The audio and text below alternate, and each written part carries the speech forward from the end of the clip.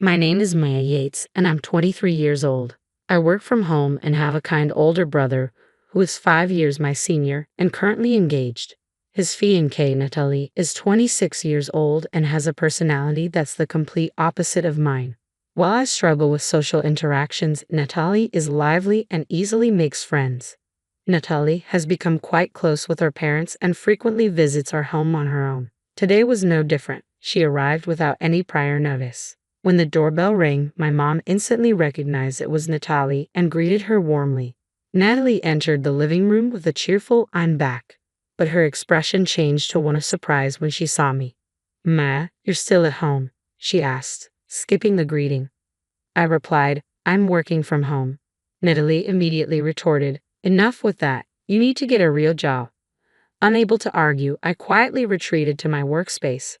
My room is a soundproof space that I designed to pay for myself. It's my sanctuary, a place I keep locked and private. To enter, one must unlock the soundproof door and open another door inside.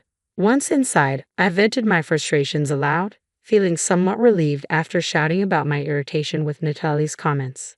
At lunchtime, a small light bulb in my room began to blink, signaling that it was time for a break. I headed to the living room, where lunch was set up at the dining table. My mom invited me to sit down, and I took my usual spot, only to find Natalie across from me with a displeased look. "You get hungry even though you don't work? Don't you ever think about contributing to the household? You're just like a parasite," Natalie said harshly. I kept my head down, listening in silence as my parents joined the table and said grace. Natalie was visibly unhappy with my parents for not reprimanding me. "Your father and mother are too lenient with you, Mia. I can't feel secure about marrying into this family if things continue like this," she continued angrily. As Natalie ate lunch, her dissatisfaction grew. She expressed her concerns about what would happen if my parents could no longer care for me, suggesting that it would be unfair for her or her future children to take on that responsibility.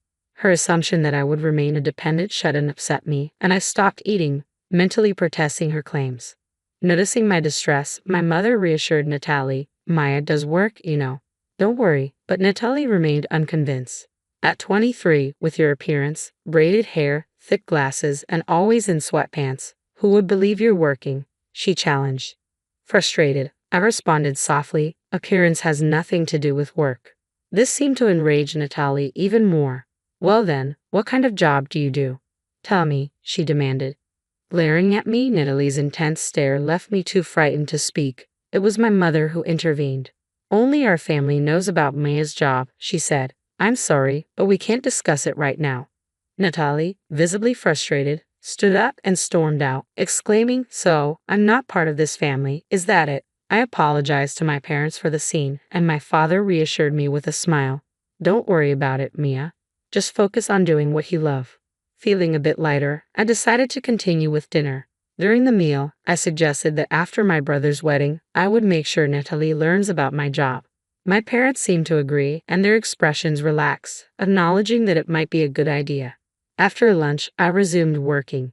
In the evening, as usual, I went grocery shopping with my mom while my father tended to the vegetables in our garden, watering and preparing for harvest. When we returned from the supermarket, we found Natalie in tears in the living room, with my father sitting beside her.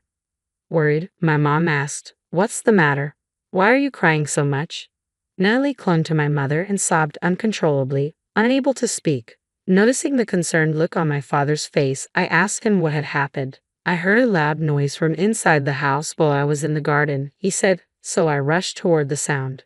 He gestured to a crowbar and hammer lying on the table. Realizing what had happened, I rushed to my room. When I reached the door, I found it severely damaged, as if someone had tried to force it open with the tools. I was paralyzed with shock and fear. My father contacted my brother, who lived in the company dormitory, and informed him of the situation. My brother promised to come over as soon as he finished work. I decided to stay in my room until he arrived, hoping to calm down.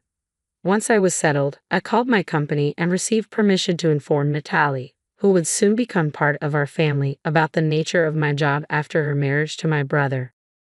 Seeing the room light flicker, I assumed my brother had arrived. When I left my room, I was surprised to find him already at the door. I gasped, and he apologized. "Sorry to startle you," he said, not looking at me but at the damaged door. He must have been shocked by what Natalie had done. When I told him not to worry about it and that I would replace the door myself, he responded firmly, "No, that won't do. Natalie will compensate for this." Taking my hand, my brother led me to the living room where Natalie and our parents were. As soon as we entered, he addressed Natalie with a stern tone. "I had no idea you were capable of such violence." Everyone turned to look at my brother, who was rarely seen angry.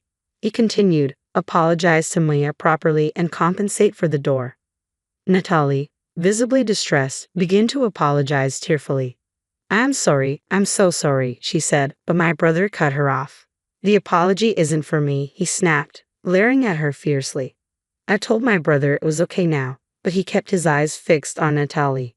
Natalie then turned to me, knelt down, and apologized. "I won't do something like this again. I will compensate for the damage." I accepted her apology and decided to move past the incident. However, I was curious about why this had happened, so I asked Natalie. She replied, "I thought if I made a scene, it would force you to work." I considered whether I should reveal the nature of my job to her before the wedding, but since it would go against company policy, I chose to keep it to myself for now. To ease the tense atmosphere between my brother and Natalie, I brought out 2 live concert tickets from my room and handed one to each of them. Upon seeing the tickets, Natalie's eyes widened with excitement. "These are for Aim's concert," she exclaimed, turning bright red with joy. She looked at my brother and said, "Let's go." Her face was radiant with happiness. My brother asked, "Are you sure? These are hard to get." I replied, "I happen to get them. You can use them as a peace offering if you'd like." Seeing their delighted reactions made me feel joyful as well. The good vibes returned, and everyone was able to forget about the damaged door and enjoy the rest of the meal. On the day of the concert, while I was out, Natalie visited my house excitedly to express her gratitude. Since I wasn't home, she told my parents, "Enjoy. Maya has decided to work outside, and the concert was fantastic. I'm so happy she made that decision." After the concert, my brother called me. He had separated from Natalie earlier due to a company drinking party. He was thrilled and said, "The concert was amazing." Natalie is actually a huge fan of Aim and had always wanted to get tickets to the annual concert. She was overjoyed to see Aim and fulfill her longtime wish. On the way home, Natalie had said that Aim was adorable, beautiful, and that her songs and lyrics were incredible. I told my brother I was glad we made up. He replied, "The soundproof door we paid for as compensation cost $7,000. I responded, "That sounds about right." He was taken aback. "That's expensive." I explained that since it was a soundproof room, I had invested a lot of effort and money into the components, which surprised him even more. Natalie mentioned that while the $7,000 expense was painful, the concert made up for it. As for me, the door would be fixed, and seeing my brother and his friends getting along made me feel really good about giving them the tickets. Despite Natalie's continued misunderstanding about my work-from-home job, she believed I had started working outside after the concert and was pleased by what she thought was progress. As soon as she realized her mistake, she began calling and visiting my house daily, insisting that I get a job. I had hoped to endure her demands until the wedding, but things only escalated. Even though I wanted to avoid seeing her until then, Natalie frequently pressed the call light switch to summon me. Whenever I left my room and went to the living room, she would nag me about getting a job before the wedding and her aversion to having a jobless person in the family. To distract her, I started giving her various merchandise like mascots and file cases from my previous company. Initially, she was thrilled with the AIM goods, but eventually, she started questioning why I had so much AIM merchandise. Reluctantly, I explained that a friend who works with AIM's company gives them to me. Hearing this, Natalie's mood improved even more as she requested, "Please get me more tickets next time." However, she began to demand more merchandise and even made a fuss about wanting to enter my room. I was concerned she might damage the door again, so I decided to give her a stern warning. "Natalie," I said firmly, "if you break the door again, it won't just be the door fee this time. Last time, I paid for the repairs, but next time, you'll be the one footing the bill." Her face went pale, and I wondered if she was truly planning to damage the door again. I could only hope the wedding would be over soon so I could be free from this situation. Until the wedding day, Natalie's visits and the flashing call light were constant. I lost count of how many times I shouted "Enough already" from my room. I tried discussing it with my brother, but he seemed resigned, saying, "I've told Natalie 100 times that Maya works, but she just doesn't listen." In my mind, I wanted to tell my brother to get as angry as he had been when the door was broken, but I knew that was not an option. He was busy finishing up work before the wedding so he could go on the honeymoon, and I had no choice but to give up. Finally, it was the day before the wedding. Our parents planned to spend the day together, and we enjoyed a fun evening reminiscing and looking through old family albums. It was nice to have all four of us together after a long time. When I mentioned that after I get married, my brother would have his own family, leaving just the three of us with our parents, I noted that it felt a bit lonely. My brother replied reassuringly, "No, I'll come by and spend the day with you." I was glad to hear that. In the calm of the evening, my brother's cell phone rang. It was Natalie, who asked to speak with me. He handed me the phone, saying, "Natalie wants to talk to you." When I answered, Natalie said, "Hey, something's up with AIM. There's a big announcement tomorrow. Ask your friend who gives you the merchandise what it's about. What if she's quitting or going on hiatus?" Apparently, AIM's agency had announced a major announcement on social media for the following day. Not wanting to be disturbed during my relaxing family time, I said I didn't know and hung up the phone. My brother seemed to share my sentiment and turned off his cell phone. As our father reminded us that we had to get up early the next day, my brother bowed deeply and said, "Father, Mother, thank you for taking care of me for so long. From now on, I will be happy with Natalie." My mom quickly responded, "That's what women do when they get married." When my brother questioned her, our family ended the night before the wedding with a hearty laugh. Finally, the wedding day arrived. I informed my family that I would be a little late in the morning while my parents and brother went ahead to the venue. When I arrived at the venue a little later, I went to the waiting room to congratulate Natalie. I knocked on the door, and there she was, the beautiful bride, sitting alone and fully prepared. As I was about to offer my congratulations, Natalie's demeanor shifted dramatically. She turned to me with a scowl and said, "Hey, there's something I still need to address from yesterday when you hung up the phone." I apologized and asked what she wanted. She said curtly, "You can go home now." I replied, "But it's my brother's wedding." She responded, "I have been telling you this for a long time. Why didn't you get a job? I don't want people thinking you're part of the family." Before I could protest, Natalie stepped closer, almost nose to nose with me, and said, "If I say go home, then go home." She then slammed the door shut with force. Feeling dejected, I retreated to a separate room that had been reserved for me. There, I had my makeup and hair done by professionals and changed into the cocktail dress I had bought for the wedding, preparing for my brother's wedding that I wouldn't be attending. In the midst of this, I received a call from my parents. I explained the situation, assuring them that even though I wouldn't be at the ceremony, I still intended to celebrate in my own way. As the wedding ceremony began, I decided to watch the event on the venue's monitor to feel somewhat connected. There was a moment when my brother looked for me, and I nearly broke down in tears. But I reminded myself that it was a day for celebration, not tears, and continued to watch and send my blessings. After the ceremony, the female MC announced, "We have a special celebration video for the stars of today's show. Please look at the monitor." The room darkened, and a video began playing. The screen lit up with an image of AIM, whom Natalie adored, and AIM shared a congratulatory message. "Yes, in truth, I am AIM. Congratulations on your marriage, brother and Natalie." Natalie's eyes widened in shock as she turned to my brother, who seemed to be saying, "That's Maya." The video continued with me giving a simple excuse for my absence, stating that I had urgent matters to attend to. I added, "I'm sorry I never told you I'm part of your new family. However, I've decided to work overseas and probably won't see each other in the future, so feel free to pretend we're not family."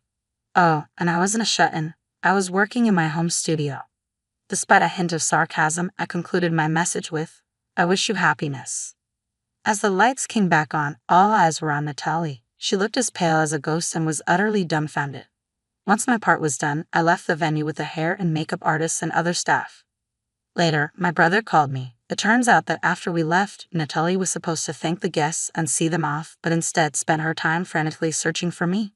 When she found out I had already left, she broke down crying in front of the folding screen. I also heard from friends that she's now known as the bride who wasn't considered family by AIM, and my speech from the wedding has gone viral on social media. She regrets her actions and now finds it difficult to even go out in her neighborhood. Glass shattered downstairs, followed by a muffled curse that made my blood run cold. I knew that voice. The same voice that had criticized my wedding dress, my choice of career, and most recently, my parenting skills. I gripped the baseball bat from behind our bedroom door, my bare feet silent on the hardwood floor. Charlie slept peacefully in his room, unaware that his grandmother had just broken into our house at 3 in the morning. The kitchen lights blazed as I crept down the stairs. Dolly Monroe stood amid a sea of scattered luggage, holding a broken flower vase like it personally offended her. Her silver-streaked hair was perfectly coiffed despite the ungodly hour. Really, Penelope? These hideous flowers by the door? I told Mark you have no sense of style. She dropped the broken pieces into the trash without a hint of remorse. Where's my son? What are you doing in my house, Dolly? Don't be dramatic. I'm moving in. She wheeled another suitcase through the doorway. Marcus knows all about it. My fingers tightened around the bat. Mark knows nothing about this. Oh, but he does. She pulled out her phone, showing me a text conversation. He agreed weeks ago. Didn't he tell you? My husband's messages glowed on the screen. Of course you can stay, Mom. As long as you need. Dated 3 weeks ago. The bat lowered to my side as reality sank in. My own husband had betrayed me, invited his mother into our sanctuary without a single word to me. Now, be a dear and help me with these bags. Dolly gestured to the pile of expensive luggage cluttering my entryway. The guest room needs a thorough cleaning, by the way. I noticed cobwebs last time I visited. There is no guest room anymore. It's Charlie's playroom. Her face hardened. Well, that won't do at all. We'll move his things tomorrow. Children don't need that much space anyway. You're not touching my son's room. Don't be difficult, Penelope. I raised Marcus just fine without all these modern parenting notions. She began dragging a suitcase toward the stairs. Speaking of which, I've noticed Charlie seems quite attached to you. Not healthy at his age. My chest tightened. He's 2. Precisely. Marcus was much more independent at that age. But we'll work on that. Footsteps creaked overhead, Mark, finally awakening to the chaos below. I watched him descend, his face shifting from confusion to recognition to guilt. Mom? What are you doing here now? I thought you weren't coming until next month. Plans changed, darling. She kissed his cheek, shooting me a triumphant look. The house sold faster than expected. But you said any time was fine, remember? Mark's eyes met mine, pleading for understanding. Penny, I meant to tell you. When? The word came out sharp enough to make him flinch. When exactly were you planning to tell me your mother was moving in? Don't be angry with him, Dolly interjected. He's such a good son, taking care of his mother in her time of need. A cry echoed from upstairs, Charlie, awakened by the commotion. Before I could move, Dolly was already heading toward the stairs. I'll get him. Poor dear needs his grandmother's touch. Don't you dare. My voice was barely a whisper, but it stopped her mid-step. Touch my son, and I swear. Penny! Mark's shock at my tone only fueled my rage. No. I moved between Dolly and the stairs. This is my house. My son. You don't get to waltz in here and take over. Dolly's smile never wavered. Oh, sweetheart. I already have. Charlie's cries grew louder, and I faced a choice: deal with my mother-in-law or comfort my son. As I turned to climb the stairs, I caught her satisfied smirk. This was just the beginning. She thought she'd won, but she had no idea what I was capable of. Not yet. 3 days into Dolly's invasion, I found her rearranging my kitchen cabinets. My grandmother's china set, the only thing I had left of her, sat in a cardboard box marked donate. These old dishes were taking up so much space, she said, not bothering to look at me. And really, Penelope, organizing by color instead of function? No wonder Marcus always complained about never finding anything. I clutched the box to my chest. Mark never complained about the kitchen. Oh, he wouldn't, to you. She slid another stack of plates into a new spot. He's too kind. But a mother knows when her son is unhappy. The sound of Charlie's laughter drifted in from the living room, where Mark was supposedly watching him. Instead, I found my 2-year-old covered in chocolate, drawing on the walls with sticky fingers while Mark dozed on the couch. I gave him a little treat, Dolly called from the kitchen. Poor thing never gets sweets. All that organic nonsense you insist on. I grabbed the wet wipes, kneeling beside Charlie. Hey, baby. Let's get you cleaned up. No. He squirmed away, leaving chocolate handprints on my shirt. Gamma said play. The word stabbed through me. 3 days, and she'd already trained him to call her that. Mark. I nudged his foot. Wake up. Your son is destroying our walls. He stirred, blinking at the mess. Oh, shit, shoot. Sorry, I dozed off. While your mother fed him sugar and let him vandalize the house. Come on, Penny. It's not vandalism. He's just being a kid. A kid who's going to be impossible to put down for his nap now. Dolly appeared in the doorway. Naps are another modern obsession. Marcus never needed them past age 2. Well, Charlie does. I lifted my squirming son. And he needs structure, not sugar and chaos. Structure? She laughed. Is that what you call your rigid little schedules?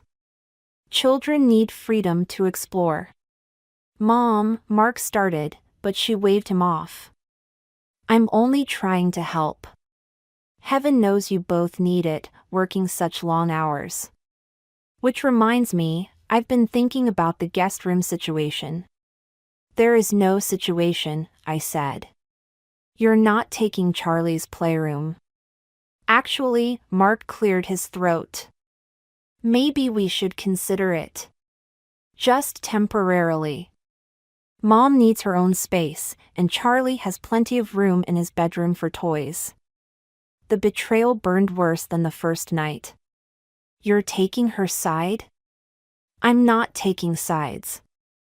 I'm trying to be practical.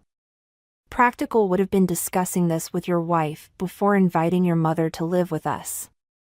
Dolly touched Mark's arm. Don't let her make you feel guilty, darling. You're being a good son. A good son?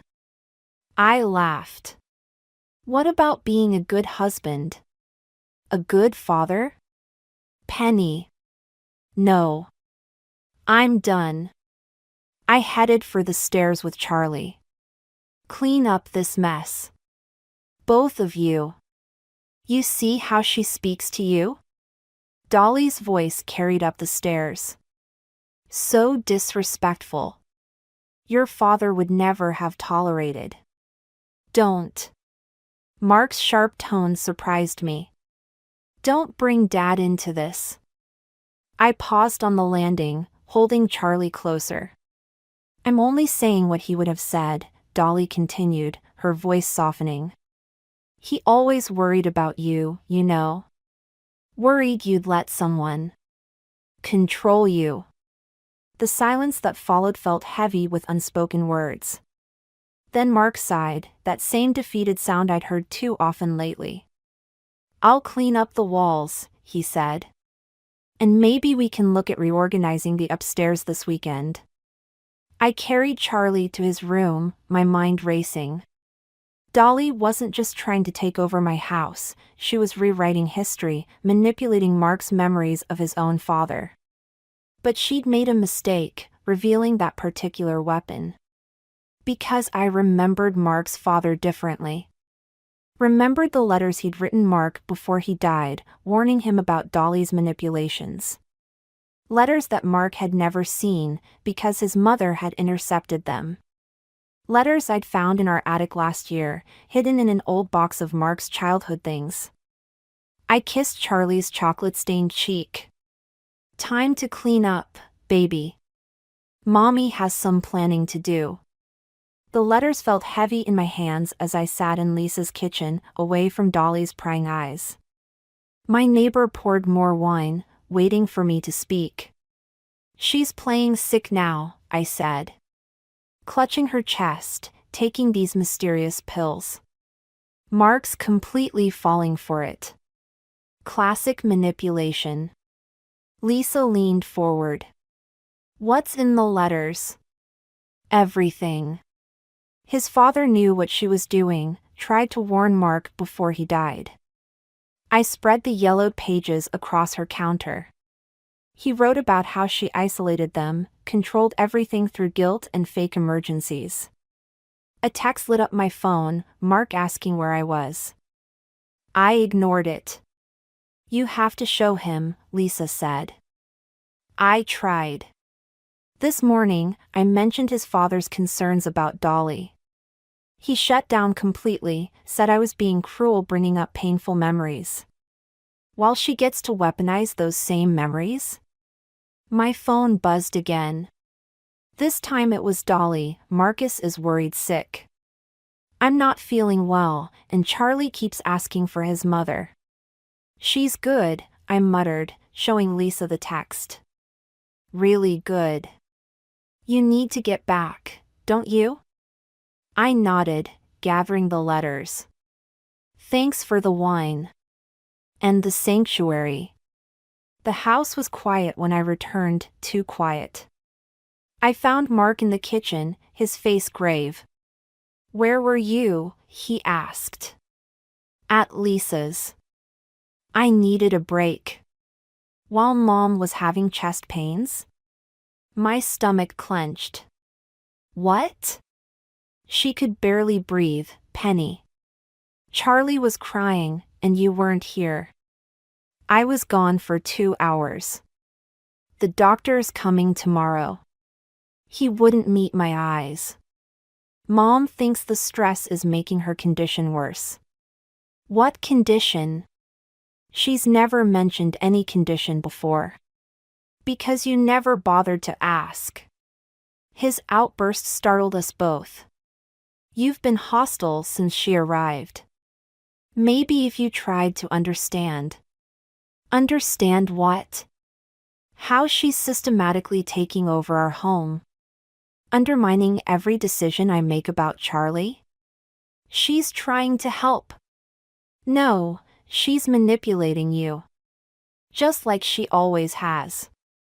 His face hardened. You don't know anything about my mother. I know your father tried to warn you about her. Don't. He wrote you letters, Mark. Letters she hid from you. Stop it. He turned away. I'm not having this conversation. From upstairs, Dolly's voice carried down, Marcus? I'm feeling quite faint. He rushed past me without another word. I followed, reaching the top of the stairs in time to see Dolly swooning dramatically on the landing, one hand pressed to her heart. Maybe we should go to the hospital, Mark suggested, supporting her. No, no.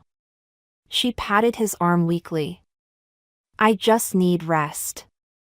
And perhaps if things were calmer here. Her eyes met mine, triumphant despite her performance. I'll make you some tea, Mark said. Such a good son. She smiled. Oh, and Penelope? Charlie's toys are everywhere in that playroom. I nearly tripped. We really must do something about that space. I watched them disappear into her temporary room, the room she was systematically turning permanent. Through the partially open door, I heard her murmuring to Mark. I hate to say it, darling, but I'm worried about Penelope. These accusations, the hostility. It reminds me of your father's sister. You remember what happened to her? Mom, please. I just don't want history repeating itself. Especially with Charlie so young. I backed away, my hands shaking. She wasn't just trying to take my home or undermine my marriage. She was laying groundwork, planting seeds of doubt about my stability, my fitness as a mother. In Charlie's room, I found him sleeping peacefully, clutching the stuffed elephant I'd given him. Dolly had tried to replace it with a new toy, but he'd refused. My small victory. I touched his soft cheek, making a decision. The letters weren't enough. I needed more, concrete evidence of her manipulation, her lies. And I needed to move fast, before she convinced Mark I was the threat to our family's stability. Sweet dreams, baby, I whispered. Mommy's going to fix this. Whatever it takes. I found the papers in Dolly's purse while searching for her supposed heart medication. Instead of prescription bottles, I discovered legal documents, a deed transfer form for our house. Already filled out with Mark's signature line highlighted in yellow. My hands trembled as I photographed each page with my phone. Through the bedroom window, I could see Dolly in the garden with Charlie, teaching him to pull up my carefully planted herbs. Weeds, she'd called them yesterday. This garden needs a proper English layout. The front door opened downstairs. Mark, home early. I slipped the papers back into her purse, exactly as I'd found them. Mom? His voice carried upstairs. Penny? I met him in the kitchen, where he was frowning at a stack of mail. Why is there a letter from the bank about refinancing? He asked. What? He held up the envelope. Did you apply for a loan without telling me? I've never, the realization hit like ice water. Show me that. The application was in both our names, with forged signatures and inflated income statements. My stomach lurched when I saw the requested amount, enough to buy out my share of the house, if someone were planning to force a sale. Mark, I didn't do this. Then who did? His voice had that edge now, the one that appeared whenever he thought I was attacking his mother. Because it wasn't me, and Mom's been too sick to. Sick? I laughed, the sound harsh even to my ears. Go check her purse. See how many heart medications you find. Stop it. Just stop. He rubbed his temples. First the accusations about Dad's letters, now this? What's next? Are you going to claim she's trying to steal the house too? The irony burned. Actually. Marcus? Dolly appeared in the doorway, supporting herself on the frame. Charlie clung to her leg, dirt smeared across his cheeks. I heard raised voices. Is everything all right? Everything's fine, Mom. Just discussing some paperwork. Her eyes flickered to the loan application, then to me. A slight smile touched her lips. Gamma stay forever? Charlie asked, and something in me snapped. I grabbed my phone, pulling up the photos. Look at these, Mark. Really look. What are you? Your mother's been planning this from the start. The deed transfer, the loan application, she's trying to take our home. Dolly swayed dramatically. Oh, Marcus, she's doing it again. Just like this morning, making these wild accusations. I have proof this time. I thrust the phone at Mark. She's not sick. She's not helpless. She's...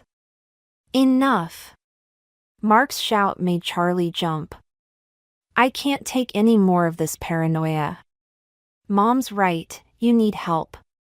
Help? The word felt like ash in my mouth. I've been reading about postpartum psychosis, Dolly said softly. It can appear months or even years after. Don't you dare. I stepped toward her, but Mark moved between us. Penny, you're scaring Charlie. Our son was crying now, still clutching Dolly's leg. She stroked his hair with practiced concern. Perhaps I should take him upstairs, she suggested. While you two talk? No. I moved to grab Charlie, but Mark caught my arm. Let her take him, he said. You're not thinking clearly. I watched helplessly as Dolly led my son away, her limp magically more pronounced. The moment they disappeared upstairs, I wrenched free from Mark's grip. She's going to take everything, I whispered. And you're helping her do it. I'm trying to help you. He reached for me again, but I backed away. We can find someone for you to talk to, get you the support you need. Support? I grabbed my keys from the counter. I'll show you exactly what kind of support I need. Where are you going? To get my son back. I headed for the stairs. And if you try to stop me, I swear I'll. You'll what? His voice was cold now. Prove everything Mom's been saying about your stability? I froze, understanding finally hitting me. This was her masterpiece, turning my own husband against me, making my desperate attempts to protect our family look like madness. You're right, I said quietly. I need some air. Just a walk to clear my head. He relaxed slightly, believing he'd won. But as I walked out the door, I wasn't heading for a casual stroll. I was going to war. Lisa's laptop glowed in the darkness of her kitchen as we scrolled through years of Dolly's social media history. Empty wine glasses and scattered papers surrounded us, bank statements, property records, old newspaper clippings. There, Lisa pointed. 3 other houses in 5 years. All belonging to widowers or divorced men with children. And she lived in each one until the families fell apart. Lisa clicked through the photos. She's done this before, Penny. Multiple times. My phone buzzed, another message from Mark, come home. We can talk about this. And then, Mom's worried about your state of mind. He's already talking about psychiatric evaluations, I said. Dolly's convinced him I'm having some kind of breakdown. Then we need proof she's done this before. Lisa opened another tab. Look, this woman posted warnings about her years ago. Caroline Bennett. Her father almost lost everything. A sharp knock at Lisa's front door made us both jump. Through the window, I saw Mark's silhouette. Hide this, I whispered, helping Lisa clear the evidence. He can't know what we found. Mark's face was tight with concern when Lisa let him in. Charlie's been crying for you. I needed space to think. About what? Running away? Taking our son? He stepped closer. Mom found the packed bag in your closet. The bag I'd never packed. The trap I should have seen coming. Mark. She's right, isn't she? You're not well. Your mother is a predator. The words burst out before I could stop them. She's done this before, to other families. I can prove it. More conspiracy theories? He shook his head. This is exactly what she warned me about. asked Caroline Bennett. I grabbed my phone, pulling up the social media post. Or David Thompson's family. Or. Stop. He held up his hand. Just stop. Come home. We'll get you help. I'm not crazy. Then why are you acting like this? Searching through Mom's things, making wild accusations, planning to kidnap our son? I never. The bag, Penny. Packed with Charlie's clothes and your passport. Lisa stepped between us. Mark, maybe you should listen. Stay out of this. His voice hardened. You're only encouraging her paranoia. My phone chimed again. A message from an unknown number. This is Caroline Bennett. Lisa reached out. We need to talk about Dolores Monroe. Hope flared, but I kept my expression neutral. Fine, I said. You're right. I need to come home. Mark's relief was painful to watch. Thank you. Mom suggested we talk to Dr. Phillips tomorrow. Whatever you think is best. I touched his arm, feeling him relax further. I just need to use the bathroom first. In Lisa's bathroom, I quickly typed a response to Caroline, tell me everything. Recording all conversations from now on. Then I deleted the messages and turned on my phone's voice recorder. If Dolly wanted to play games with reality, I'd give her exactly what she wanted, a seemingly unstable daughter-in-law. Slowly surrendering to her manipulation. Let her think she'd won. Let her get comfortable. Let her slip up and reveal her true self, just like she had with the others. When I emerged, Mark was waiting by the door. Ready? Yes. I smiled weakly. I'm sorry for worrying you. In the car, he reached for my hand. It's going to be okay. Mom knows a great therapist. Of course she does. I squeezed his hand, picturing Caroline Bennett's message. Your mother knows exactly what I need. At home, Dolly waited in the living room, Charlie asleep in her lap. Her expression was perfect, concerned, loving, victorious. Oh, sweetheart, she said. We've been so worried. I let my shoulders slump in defeat. I know. I'm sorry. She patted the couch beside her. Sit. Tell me what's troubling you. As I sat down, my phone silently recording in my pocket, I thought about all the other families she'd destroyed. All the other lives she'd invaded and dismantled. You're right, I whispered. I need help. Her smile widened, and in that moment, I saw what Caroline Bennett must have seen, the predator beneath the mask, already savoring her victory. But this time would be different. This time, her prey was hunting back. Caroline Bennett's testimony played through my phone's speaker, her voice trembling even years later. She destroyed my family. Made my father think I was unstable, dangerous. By the time we realized what she'd done, she already had control of everything. I watched Mark's face as he listened, searching for any sign of recognition. We sat in our kitchen at midnight, Charlie safely asleep upstairs. While Dolly attended her doctor's appointment, really a meeting with her lawyer about the house deed. There are others, I said softly. David Thompson's family. The Hendersons. All the same pattern. Mark stared at his hands. This could be anyone. Some angry ex-daughter-in-law making accusations. Check the dates. The properties. It all matches. You've been investigating my mother?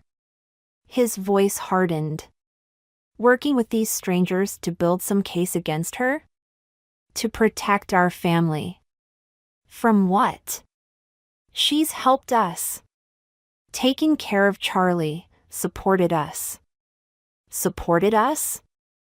I played another recording, Dolly on the phone with her lawyer yesterday. Once the deed transfer is complete, we can discuss options for removing her from the property.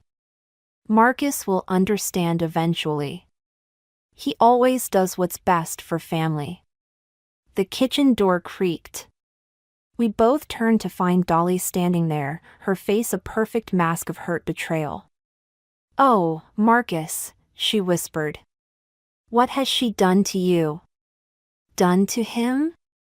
I stood, finally ready for this confrontation. Tell him about the others, Dolly.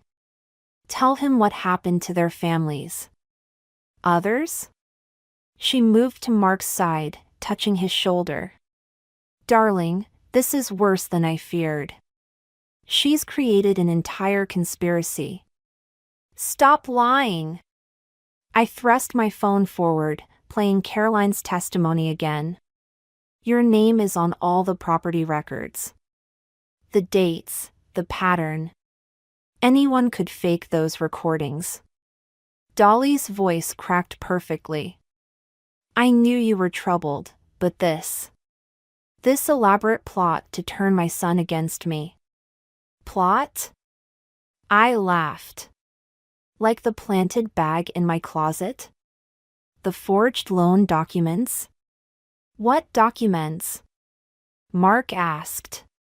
The ones that disappeared from her purse after I photographed them. I reached for my phone again, but the screen was black. Dead battery. No, no, no. Sweetheart, Dolly said to Mark, remember what Dr. Phillips said about paranoid delusions? The elaborate stories they create? I'm not, I stopped, seeing Mark's expression. You've already been talking to doctors about me? We had to, he said. Mom's been worried. Of course she has. I backed away from them both. She's been planning this from the start. Planning what? Dolly's voice rose. To help you? To support this family while you spiral further into these dangerous fantasies?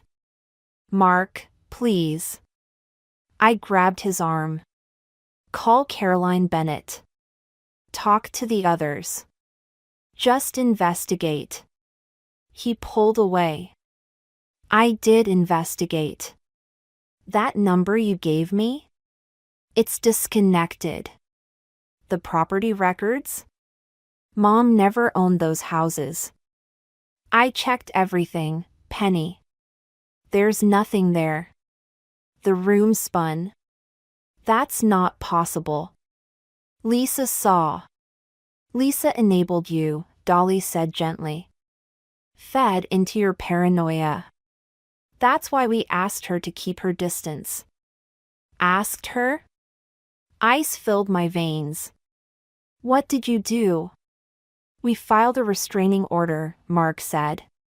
For your own good. She was making everything worse. I ran to the window. Lisa's house was dark, empty. Where is she? Visiting family, Dolly said. She understood it was best to give you space to heal. My last ally, gone.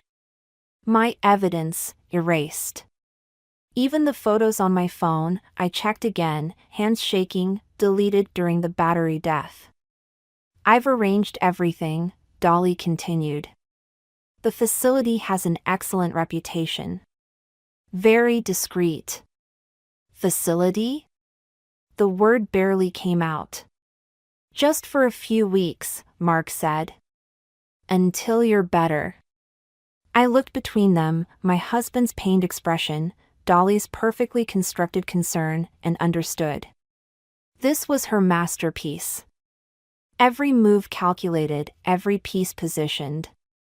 While I thought I was gathering evidence, she was building her case. Every reaction she'd provoked, every paranoid accusation she'd engineered, had led to this moment. Charlie needs his mother healthy, Dolly said, reaching for my arm. "Come with us. Let us help you." I jerked away, but Mark blocked the doorway.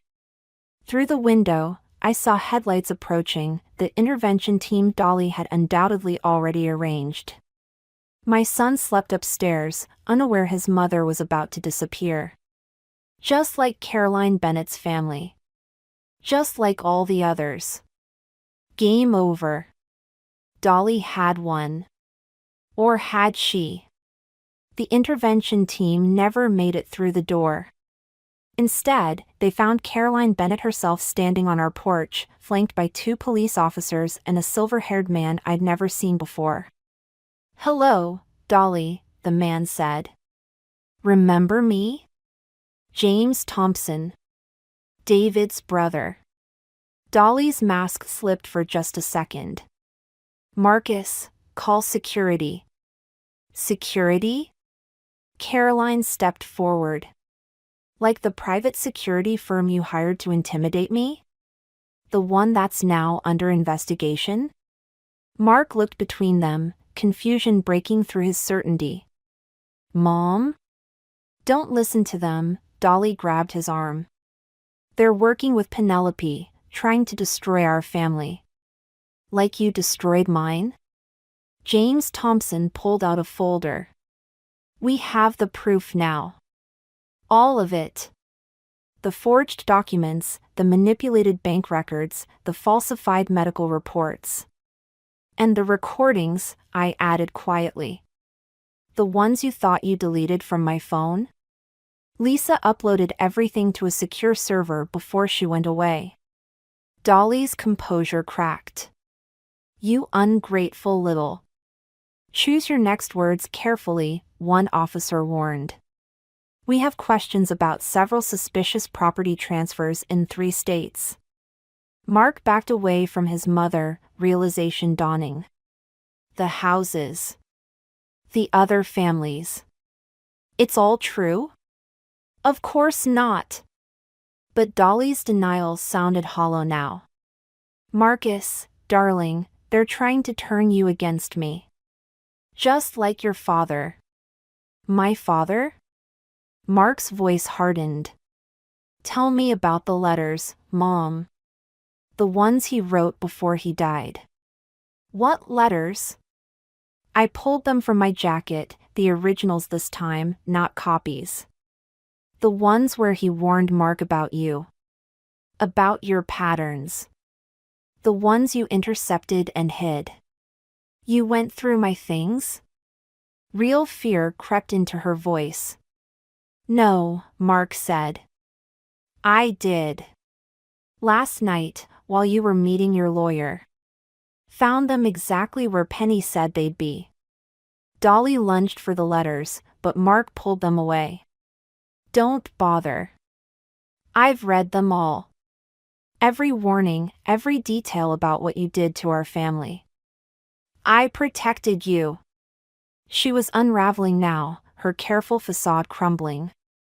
"Your father was weak, just like you're being weak now. Everything I did was for your own good. By destroying everyone I love? By trying to commit my wife? She was ruining everything. Just like your father, just like all of them, trying to take you away from me." The officers moved forward, but Dolly wasn't finished. She turned to me, eyes wild. "You think you've won? You think this changes anything?"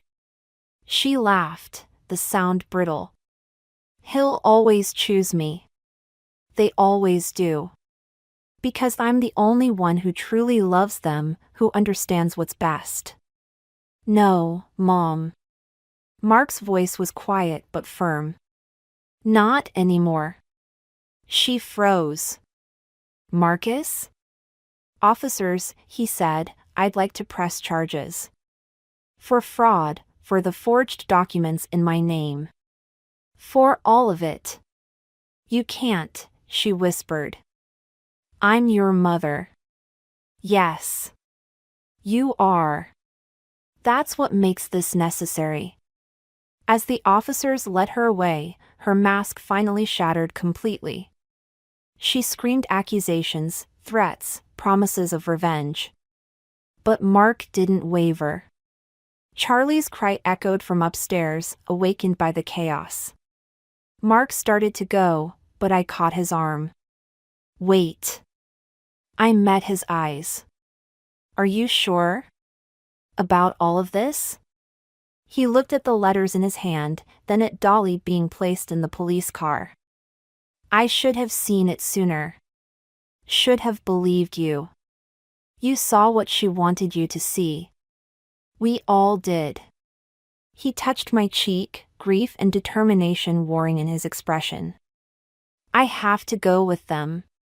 Make a statement, start making this right. Will you still be here when I get back? Charlie cried out again, and this time I let go of Mark's arm. We'll be here. But Mark? Things can't just go back to normal. I know. He stepped back. I have to prove myself again. To both of you. I watched him walk away, then climbed the stairs to our son.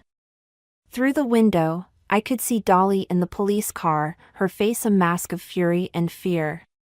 She'd lost everything she tried to steal, her son, her control, her carefully constructed reality.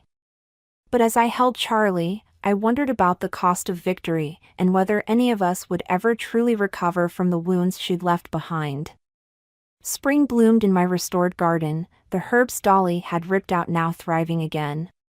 Charlie chased butterflies through the new growth while I pulled weeds, each one a reminder of how quickly unwanted things could take root. The doorbell rang. Lisa stood on the porch with a folder of newspaper clippings. They denied her appeal. She'll serve the full sentence.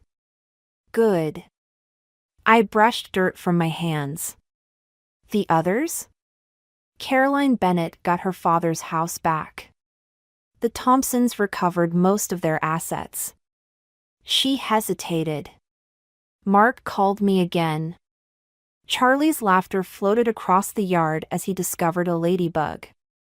I focused on that sound, not the ache that still accompanied his father's name. He's in therapy, Lisa continued. Real therapy, not the kind Dolly arranged. He wants to know if you'll consider. I can't. The words came easier now. Not yet. Maybe not ever. He's changed. He had to hit rock bottom to see the truth. To choose truth. I watched Charlie playing. I won't risk Charlie going through that again. Lisa nodded, understanding. We'd had this conversation before, would probably have it again. Some wounds needed more than apologies to heal. Inside, I made coffee while Lisa spread out the clippings. Other cases, other families torn apart by Dolly's manipulations. Some had recovered. Others remained fractured, trust too damaged to rebuild. You know what's strange? I touched a photo of Dolly being led from the courthouse. I almost understand her now. The fear of losing control, of being alone. The things it drove her to do.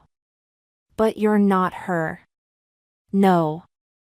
I smiled as Charlie ran past the window. I chose to fight for love, not control. The mail arrived, bills, advertisements, and a thick envelope from Mark's lawyer. Inside was a deed transfer, returning full ownership of the house to me. And beneath it, a letter. You don't have to read it, Lisa said. But I did, scanning words of remorse, of understanding, of hope. The final lines caught me. I'm learning to recognize manipulation, to stand against it. Like you did. Like you taught me to do. Charlie deserves that strength in both his parents, whether we're together or apart. A cry from outside, Charlie had fallen. I rushed out, but he was already picking himself up, brushing off his knees. Okay, Mommy, he declared. I strong. Yes, you are, baby.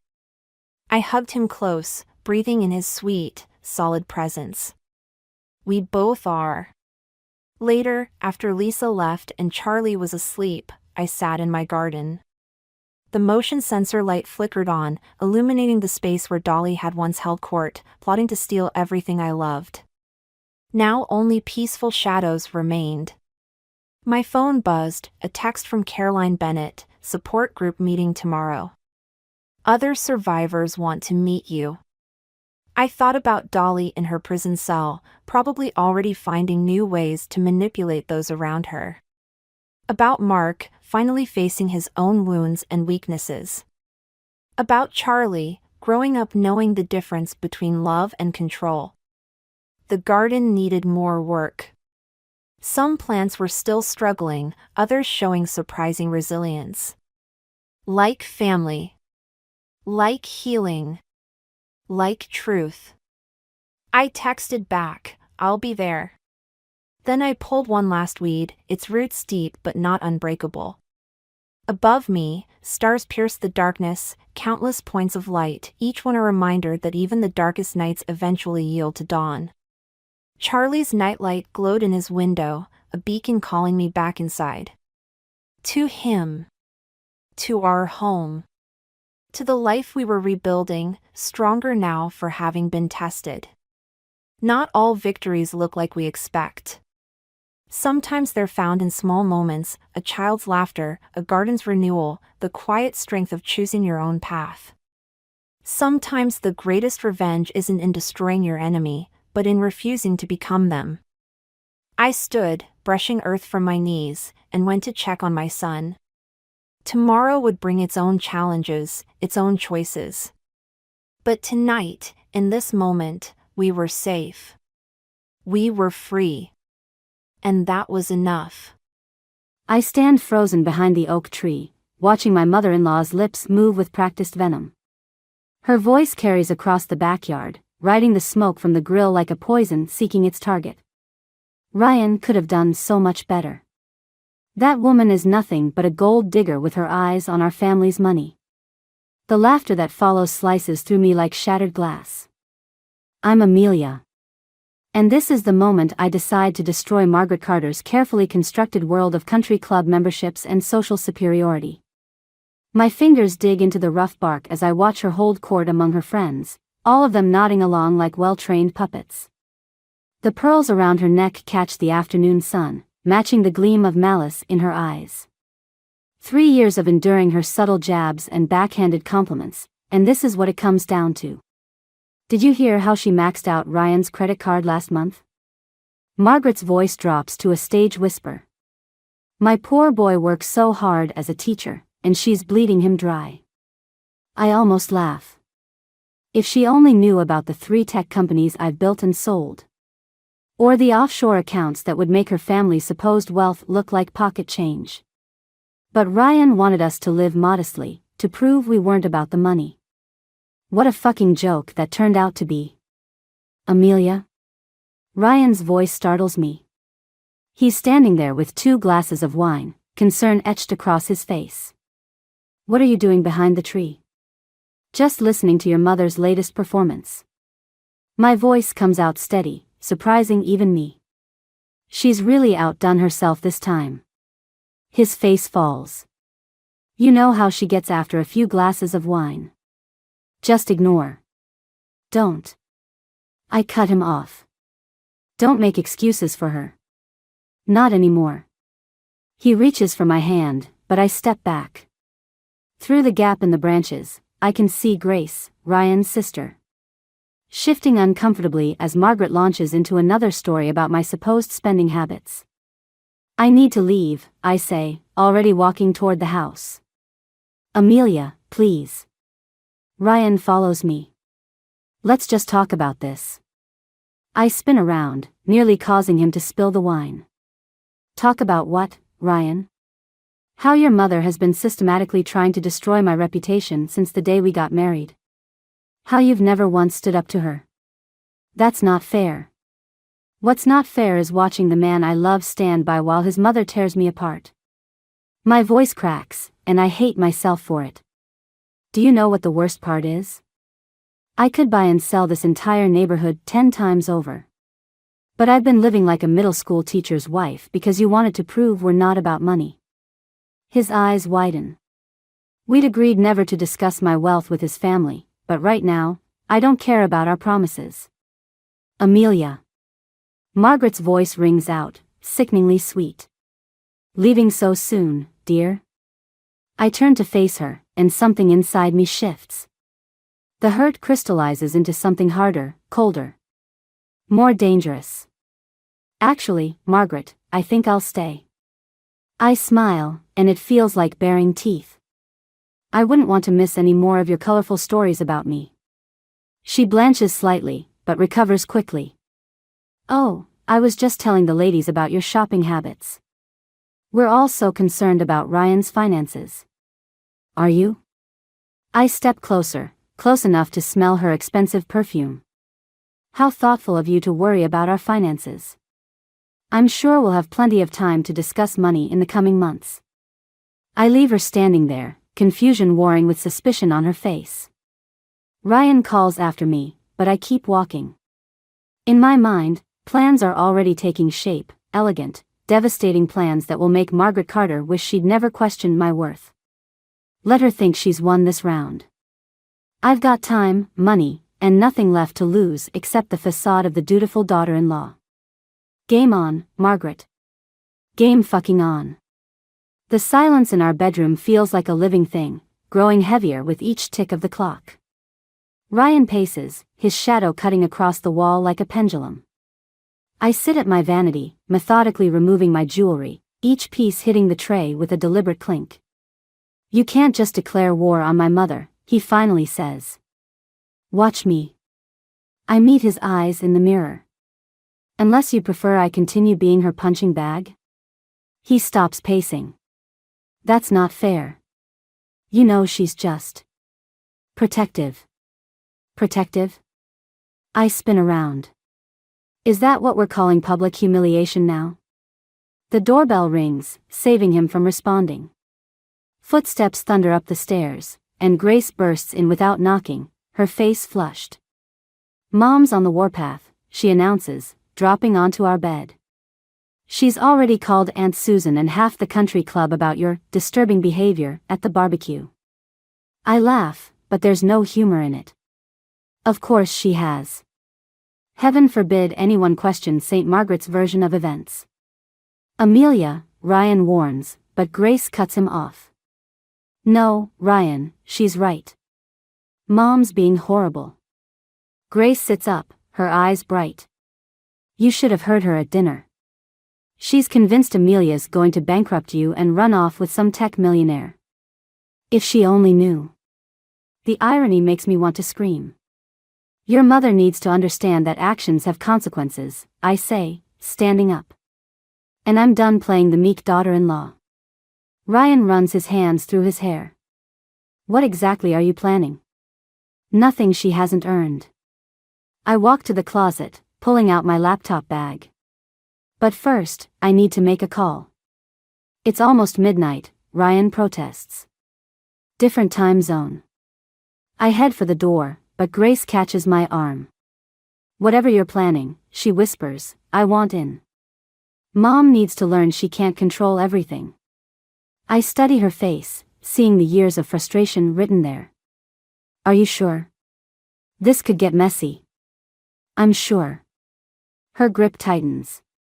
Besides, someone needs to keep you from going full scorched earth. Ryan steps between us. Both of you need to stop. We can fix this like adults. I'll talk to Mom. Like you've been talking to her for the past 3 years? I shake my head. No more talks, Ryan. It's time for action. My phone buzzes, Liam's calling. Perfect timing. I need to take this, I say, moving toward the door. You two should discuss where you stand, because this train's leaving the station with or without you. In the hallway, I hear Ryan's muffled voice, Grace, you can't encourage this. Her response is clear and sharp, someone has to stand up to her, Ryan. If not us, then who? I smile, heading downstairs to the kitchen. Liam's voice greets me through the speaker. Tell me you haven't killed anyone yet. Not yet, I reply, opening my laptop. But I need access to those offshore accounts we set up after the last company sale. Jesus, Ames. What are you planning? Remember that charity foundation we discussed? I type in my passwords, watching numbers scroll across the screen. Time to make it active. Very, very active. Margaret, he asks, knowing me too well. Margaret, I confirm. She wants to paint me as a gold digger? Fine. Let's show her what real money looks like. This is going to blow up in your face, he warns, but I can hear him typing. How much do you need? I name a figure that makes him whistle. That's not revenge, Ames. That's nuclear war. No, I correct him, hearing footsteps on the stairs. That's just the opening move. Ryan appears in the doorway, his face set in determination. We need to talk. I'll call you back, I tell Liam, closing the laptop. Ready to pick a side, husband? He meets my gaze, and for the first time tonight, I see something other than conflict in his eyes.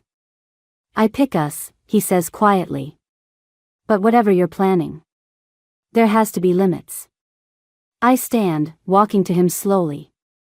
Limits are what got us here. Your mother certainly doesn't believe in them. He takes my hands, and I feel the slight tremor in his. Promise me you won't destroy our family completely. I kiss him softly, tasting the fear and love mingled on his lips. I promise to leave enough pieces for rebuilding. But first, some things need to burn. The black Amex card hits the counter with a satisfying thunk. The saleswoman's eyes widen. She knows Ryan's teacher's salary couldn't possibly qualify for this level of credit. I smile, channeling Margaret's country club superiority as I gesture to the display case. I'll take the full set. And the matching earrings. 3 hours and 6 boutiques later, I'm surrounded by shopping bags in our driveway when Margaret's Mercedes pulls up. Perfect timing. She steps out, her face twisting into exactly the expression I'd hoped for. Retail therapy?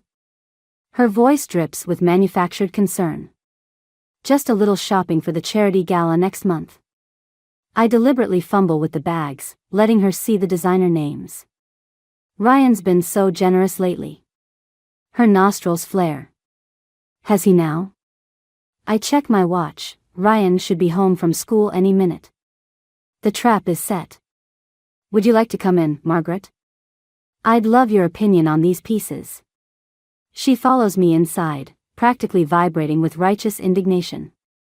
I spread the purchases across the dining room table: jewelry, designer clothes. A limited edition handbag that costs more than Ryan makes in 2 months. This is unconscionable, Margaret finally explodes. You're bleeding my son dry. The front door opens. Right on schedule. Mom? Ryan calls out. What are you doing here? He enters the dining room and freezes, taking in the explosion of luxury goods. His face pales. Amelia, what is all this? Your wife's latest spending spree, Margaret cuts in. On your credit cards. I maintain my carefully crafted smile. Don't worry, darling. We can afford it. We most certainly cannot. Ryan picks up a price tag and nearly chokes. This is more than my yearly salary. Margaret pounces. I've been warning you about this, Ryan. She's using you for your money, and now she's not even trying to hide it. The doorbell rings again. Grace walks in, followed by Tommy. My audience is complete. What's going on? Grace asks, eyeing the table. Your brother's wife is finally showing her true colors, Margaret announces. Look at this obscene display of. Actually, I interrupt, I think it's time for some truth-telling. I pull out my phone, opening my banking app. Ryan, remember when you insisted we keep my finances private? Well, I think that arrangement has expired. Margaret scoffs. What finances? Everyone knows you were practically penniless when you married Ryan. I turn my phone toward her, watching her face as she processes the number on the screen. Her mouth opens and closes without sound. That's just one account, I say softly. Would you like to see the others? The room goes deadly quiet. Ryan sinks into a chair, while Grace lets out a low whistle. I don't understand, Margaret stammers. No, you don't. I step closer to her. You never bothered to understand anything about me. You were too busy assuming I was after your family's modest wealth to realize I could buy this entire neighborhood without blinking. Tommy clears his throat. Margaret, perhaps we should. No, she cuts him off. This is obviously some kind of trick. Some elaborate deception to. To what? I laugh. To prove that your precious family money means nothing to me? Mission accomplished. Ryan stands suddenly. You did all this to prove a point? No, I turn to him, my voice softening. I did this because your mother has spent 3 years spreading rumors about me, questioning my character, and undermining our marriage. And you let her. So this was all revenge? Grace asks. This was truth, I correct her. And we're just getting started. Margaret straightens her spine. Well, if you think this changes anything. Oh, it changes everything, I interrupt. Because tomorrow morning, I'm announcing a new charitable foundation. The Carter Foundation for Educational Excellence. And guess who's going to be very publicly excluded from the board? The color drains from Margaret's face as she realizes the social implications. You wouldn't dare. Watch me. I begin gathering the shopping bags. Now, if you'll excuse me, I need to return all this. It was just for show, unlike some people, I don't actually need to flaunt my wealth to feel superior. As they file out, Ryan remains, staring at me like he's never seen me before. Was any of it real? He whispers. Every moment with you was real, I answer. Everything else was just theater for your mother's benefit. The question is, what's real for you? He doesn't answer, and I don't wait for him to try. Liam's penthouse feels like a sanctuary after 3 days of Ryan's silence. I stand at the floor-to-ceiling windows, watching the city lights blur through my third glass of wine. You look like hell, Liam says, refilling my glass. Margaret's cutting Ryan out of the inheritance. I press my forehead against the cool glass. She made the announcement at their weekly family dinner. The one I wasn't invited to. Isn't that exactly what you wanted? To prove she's the manipulative one? I turn to face him.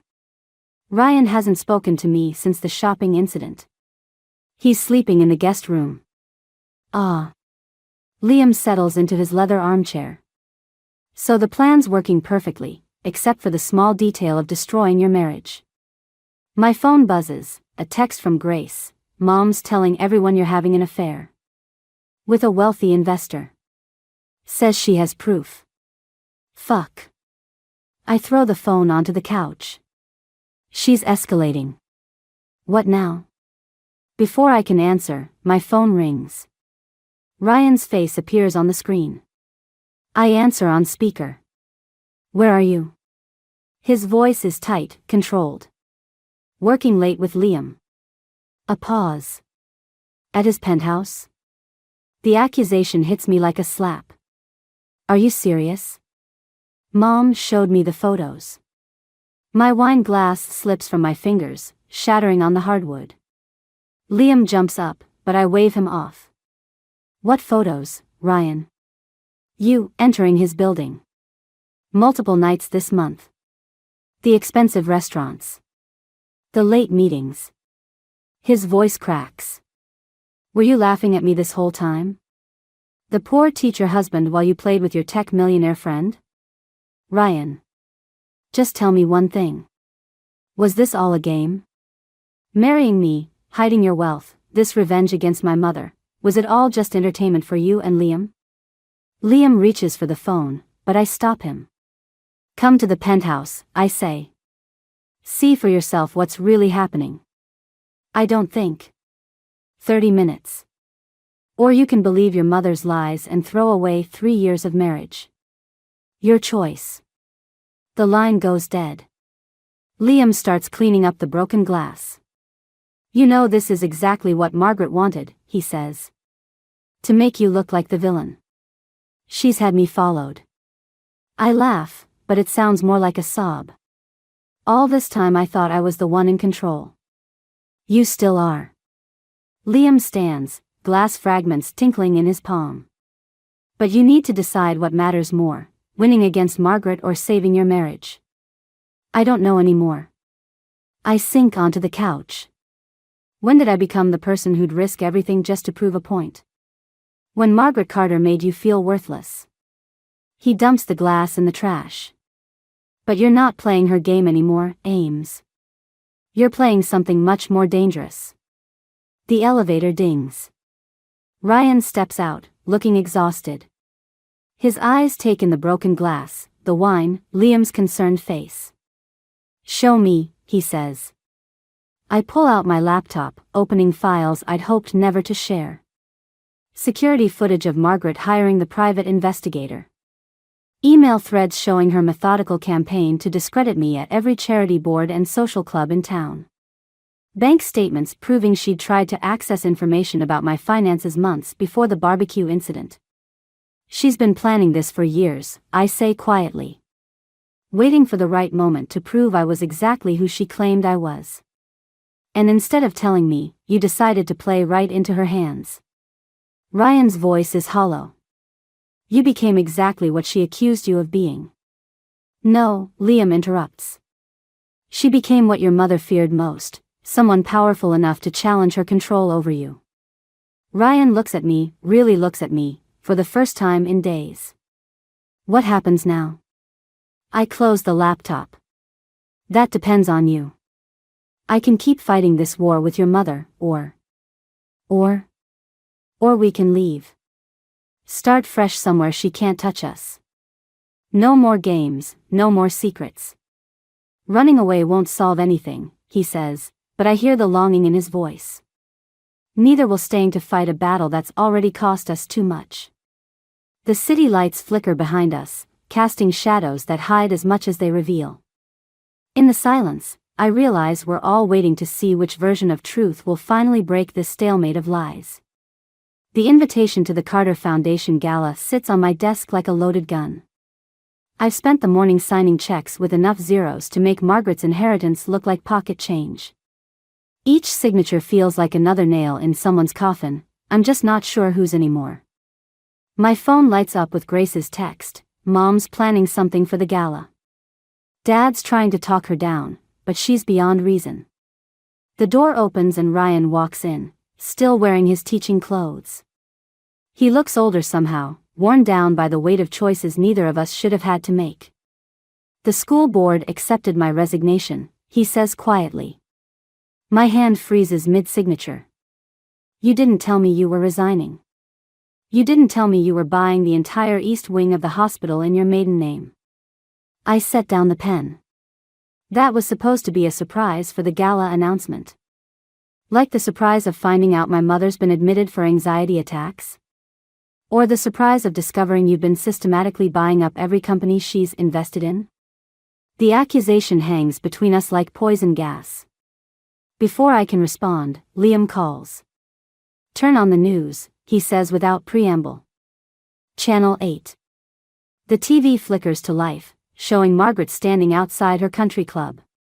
She's wearing her perfectly pressed tennis whites, her face a mask of concerned motherly worry. Deeply concerned about the mental state of my daughter-in-law, she's saying. The excessive spending, the erratic behavior. We're organizing an intervention because we love her and want to help. Ryan mutes the TV. She's playing her final card. She's trying to make me look unstable. I laugh, but it sounds unhinged even to my ears. Perfect timing, right before I announce the foundation. Are you? His voice is careful, measured. Unstable? I stand, walking to the window. Below, I can see reporters already gathering at our gate. Would an unstable person have orchestrated all this? The foundation, the hospital wing, the systematic dismantling of your mother's social standing? That's not an answer, Amelia. My phone buzzes again. Tommy Carter's name appears on the screen. I've never received a call from Ryan's father before. Hello? Amelia. His voice is grave. Margaret's had another episode. She's being transferred to the psychiatric ward. The irony hits me like a physical blow. Which hospital? The one you just bought. I end the call, turning to Ryan. Your mother's being committed. To my hospital. He sinks into a chair. This has to stop. It will. At the gala. I pick up the invitation. When everyone sees exactly who your mother really is. And who you've become. The question strikes harder than he probably intended. I look at my reflection in the window, designer suit, perfect makeup. Eyes burning with something that looks uncomfortably like Margaret's determination. The gala invitations went out this morning, I say instead of answering. Every social contact your mother has ever cultivated will be there.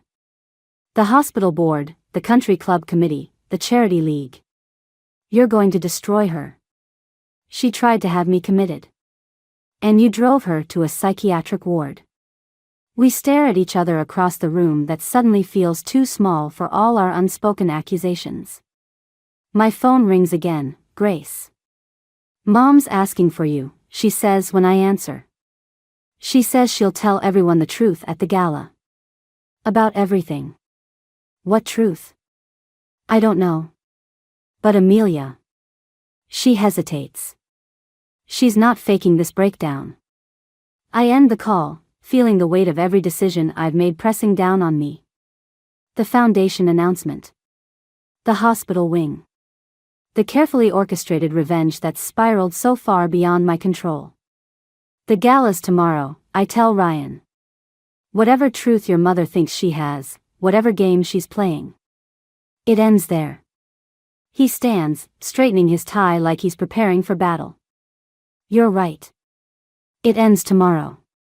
One way or another. As he leaves, I look back at my reflection. The woman staring back at me looks exactly like what Margaret always feared, powerful, ruthless, dangerous. I wonder when I stopped trying to prove her wrong and started proving her right. The ballroom of the Grand Plaza sparkles like a minefield of crystal and champagne. I stand at the podium, scanning faces in the crowd, society matrons clutching their pearls, board members shifting in their seats. Ryan's family huddled together like survivors of a shipwreck. The only person missing is Margaret. Ladies and gentlemen, I begin, my voice carrying across the hushed room. Welcome to the inaugural Carter Foundation Gala. The double doors burst open. Margaret glides in, still wearing her hospital gown beneath Tommy's suit jacket. The whispers start immediately, rippling through the crowd like wind through dry leaves. Sorry I'm late, she announces, her voice clear and steady. I wouldn't miss my daughter-in-law's big moment. Ryan starts to rise, but Grace pulls him back down. I continue as if nothing's happened. Tonight marks the beginning of a new chapter in educational funding. Tell them, Amelia. Margaret walks closer, her hospital bracelet catching the light. Tell them about the real foundation of your wealth. My prepared speech crumples in my fist. Security. About how you orchestrated this whole charade. She's halfway to the podium now. About the shell companies? The insider trading? The room goes deadly silent.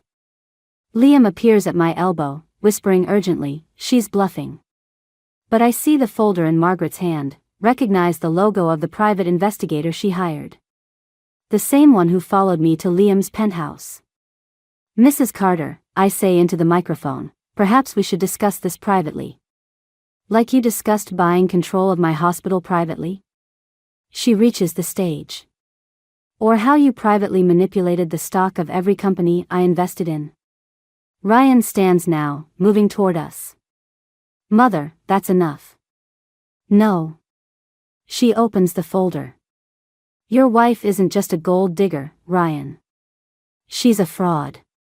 And I can prove it. The room spins slightly. I see Grace's horrified face, Tommy's resigned expression, the hungry eyes of the society vultures ready to feast on my downfall. These documents, Margaret continues, show a pattern of illegal trading dating back to her first company. The wealth she's been flaunting?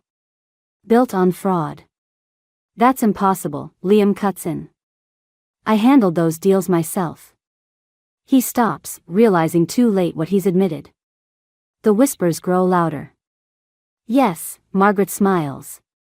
You did. And now you're both implicated. My carefully constructed revenge crumbles like a house of cards. I look at Ryan, see the doubt creeping into his eyes. The SEC has copies of everything, Margaret announces to the room. They're very interested in the Carter Foundation's funding sources. The microphone feedback shrieks as I step back. Faces blur together, accusatory, triumphant, shocked. All my power, all my careful planning, undone by the one thing I never suspected Margaret would find. You want truth? My voice sounds strange, distant. Here's truth. I did everything you accused me of. The trading, the manipulation, all of it. Because people like you, Margaret, people born into privilege, never believed someone like me could succeed honestly. Amelia, Ryan warns, but I'm beyond warnings now. So yes, I broke laws. I cut corners. I became exactly what you always thought I was. I laugh, and it sounds like breaking glass. Congratulations, Margaret. You finally caught the gold digger you were looking for. Security's here, Liam murmurs. We need to leave. Now. Through the chaos, I see Grace crying, Tommy holding Margaret with something like pride, and Ryan standing absolutely still. Watching me with eyes I no longer recognize. I'm sorry, I whisper, though I'm not sure who I'm apologizing to anymore. As security approaches, I feel Margaret's triumph like a physical weight. She didn't just destroy my revenge, she proved herself right.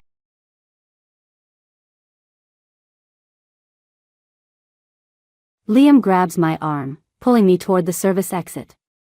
The last thing I see is Ryan, turning away as his mother's victory becomes my complete destruction.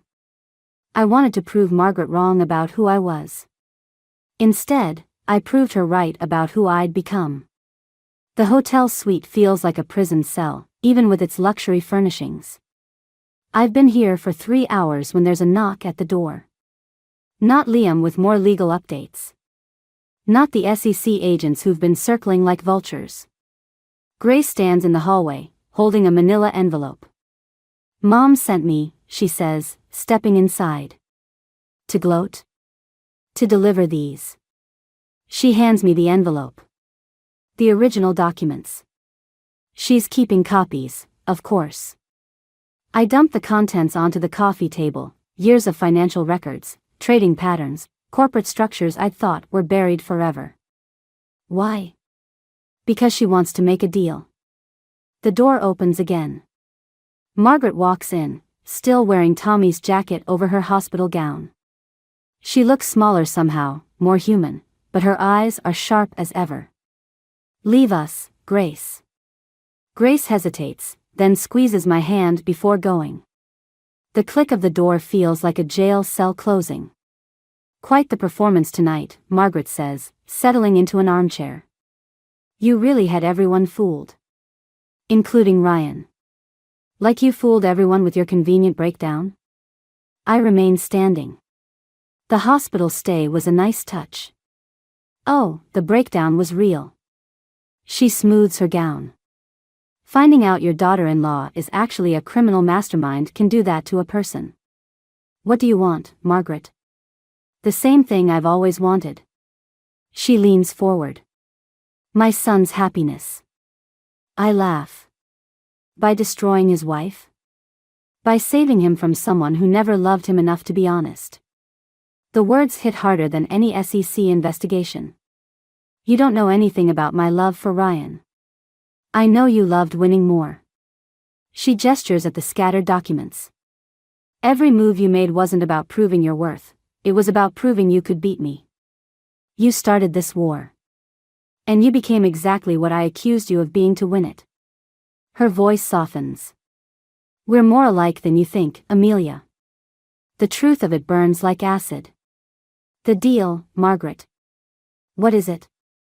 Leave. Tonight. Sign over control of the foundation to Ryan, admit to the fraud, take the fall. I'll make sure Liam stays clear of any investigation. And if I refuse? Then we all burn together. She stands. Ryan, me, you, Liam, everyone loses everything. My phone buzzes, a text from Ryan. Are you still the woman I married? He'll never forgive you, I say. He'll heal. But if you stay, if you fight this, he'll spend years watching both of us destroy each other in court. She moves to the door. You have 1 hour to decide. After she leaves, I stare at the documents, at the evidence of every compromise, every shortcut, every decision that led me here. My phone buzzes again, Liam this time, SEC offering deal. Limited immunity for testimony against larger players. The irony hits me, Margaret and I both tried to protect Ryan in our own twisted ways. Both of us too proud, too certain of our own righteousness to see what we were becoming. I pick up my phone, typing quickly, I accept the deal. Not to Margaret. To the SEC. The door opens one final time. Ryan stands there, looking as exhausted as I feel. I got your message, he says.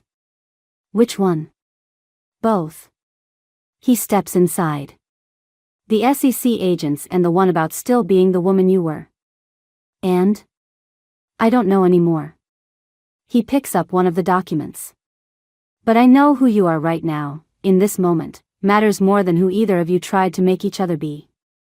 I take the paper from him, adding it to the pile. I'm turning myself in. Full confession. Your mother, Liam, everyone else stays clear. That's not. The woman you married would have done the right thing from the start. I meet his eyes. Maybe I can be her again by doing it now. He doesn't try to stop me as I gather the documents. Doesn't offer false comfort or easy forgiveness. Just watches as I choose, finally, to end this war not with victory or defeat, but with truth. Sometimes winning means being the first to surrender. The visiting room at the minimum security facility smells like industrial cleaner and stale coffee. Margaret sits across from me, her perfect posture unchanged by the plastic chair. We stare at each other through the morning light, two generals surveying the battlefield after the war.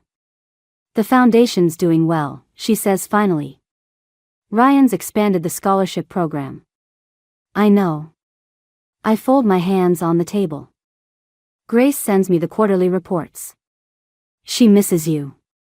Margaret smooths her skirt, a nervous gesture I've never seen before. We all do, in our own ways. Even you? Especially me. She meets my eyes. It's quiet without a worthy opponent. I almost laugh at that. Almost. Is that why you're here? To reminisce about our little war? I'm here because it's time. She places a folder between us. The SEC has reviewed your cooperation. With my statement and Tommy's influence on the board. I don't want your help, Margaret. This isn't help. It's acknowledgement. She pushes the folder closer. We destroyed each other so completely that there's nothing left to fight over. I open the folder, early release recommendations, character statements, documentation of my complete cooperation. A path back to freedom, wrapped in Margaret Carter's precise handwriting. Why? Because you chose truth over victory. She leans back. In the end, you became better than both of us. The door opens. Ryan walks in, looking older in his suit and tie, the new foundation director's uniform. He carries a small potted plant, barely surviving in its plastic container. The garden at home needed thinning, he says, setting it between us. Thought you might want something green in here. Margaret stands, touching my shoulder as she passes, the first time she's ever initiated contact. I'll leave you too. After she's gone, Ryan takes her place. We sit in silence, watching the weak sunlight struggle through the plant's leaves. You could have taken her deal that night, he says. Could have run, started over somewhere else. And proved her right about everything? Instead, you proved her wrong by proving her right. He almost smiles. That's the kind of logic that got us here. I touch one of the plant's leaves. I thought revenge would feel different. More satisfying. And how does truth feel? Expensive. I look around the visiting room. But cleaner, somehow. He reaches across the table, taking my hand. His wedding ring catches the light. He's still wearing it, after everything. The foundation board meets next week, he says. They're reviewing applications for the new executive director position. Ryan. Someone with technical expertise. Financial background. A proven record of learning from mistakes. I withdraw my hand. I'm a convicted felon. You're someone who chose truth when lies would have been easier.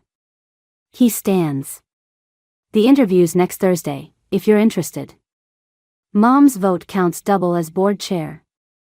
My laugh echoes off the institutional walls. Now that's revenge.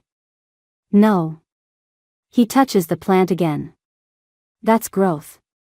After he leaves, I sit alone, watching shadows move across the table. Margaret and I had both been right about each other, and completely wrong. She'd seen the ruthlessness in me, the capacity for destruction. I'd seen the manipulation in her, the need for control. What neither of us had seen was the possibility of something beyond winning or losing. The guard appears to escort me back to my cell. On the table, the plant's leaves stretch toward the window, finding light in the most unlikely place. I leave the folder where it lies. Whatever comes next, freedom, redemption, reconciliation, will come on its own terms, not Margaret's or mine.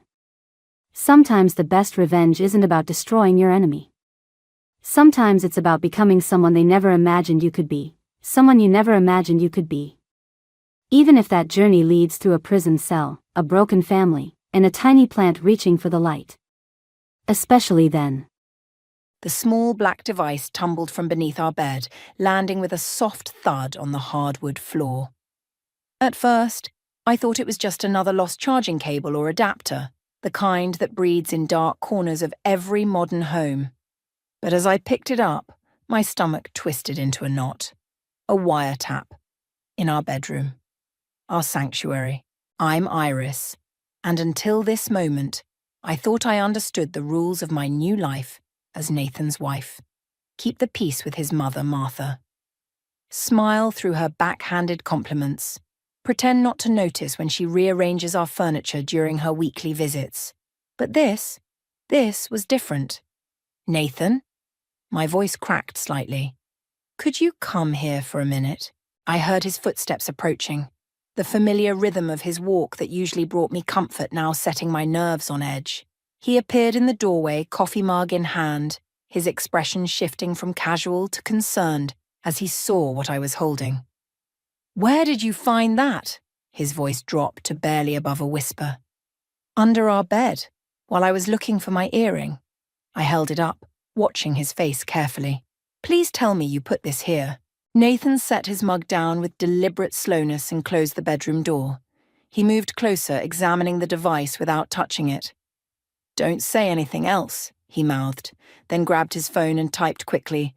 Mom's been acting strange lately. Wouldn't put it past her. The blood rushed to my face as fury and humiliation fought for dominance. I grabbed his phone and typed back, "How long have you suspected?" He shook his head, indicating he wasn't sure. Then he typed, "Play along. Let's plan a weekend trip.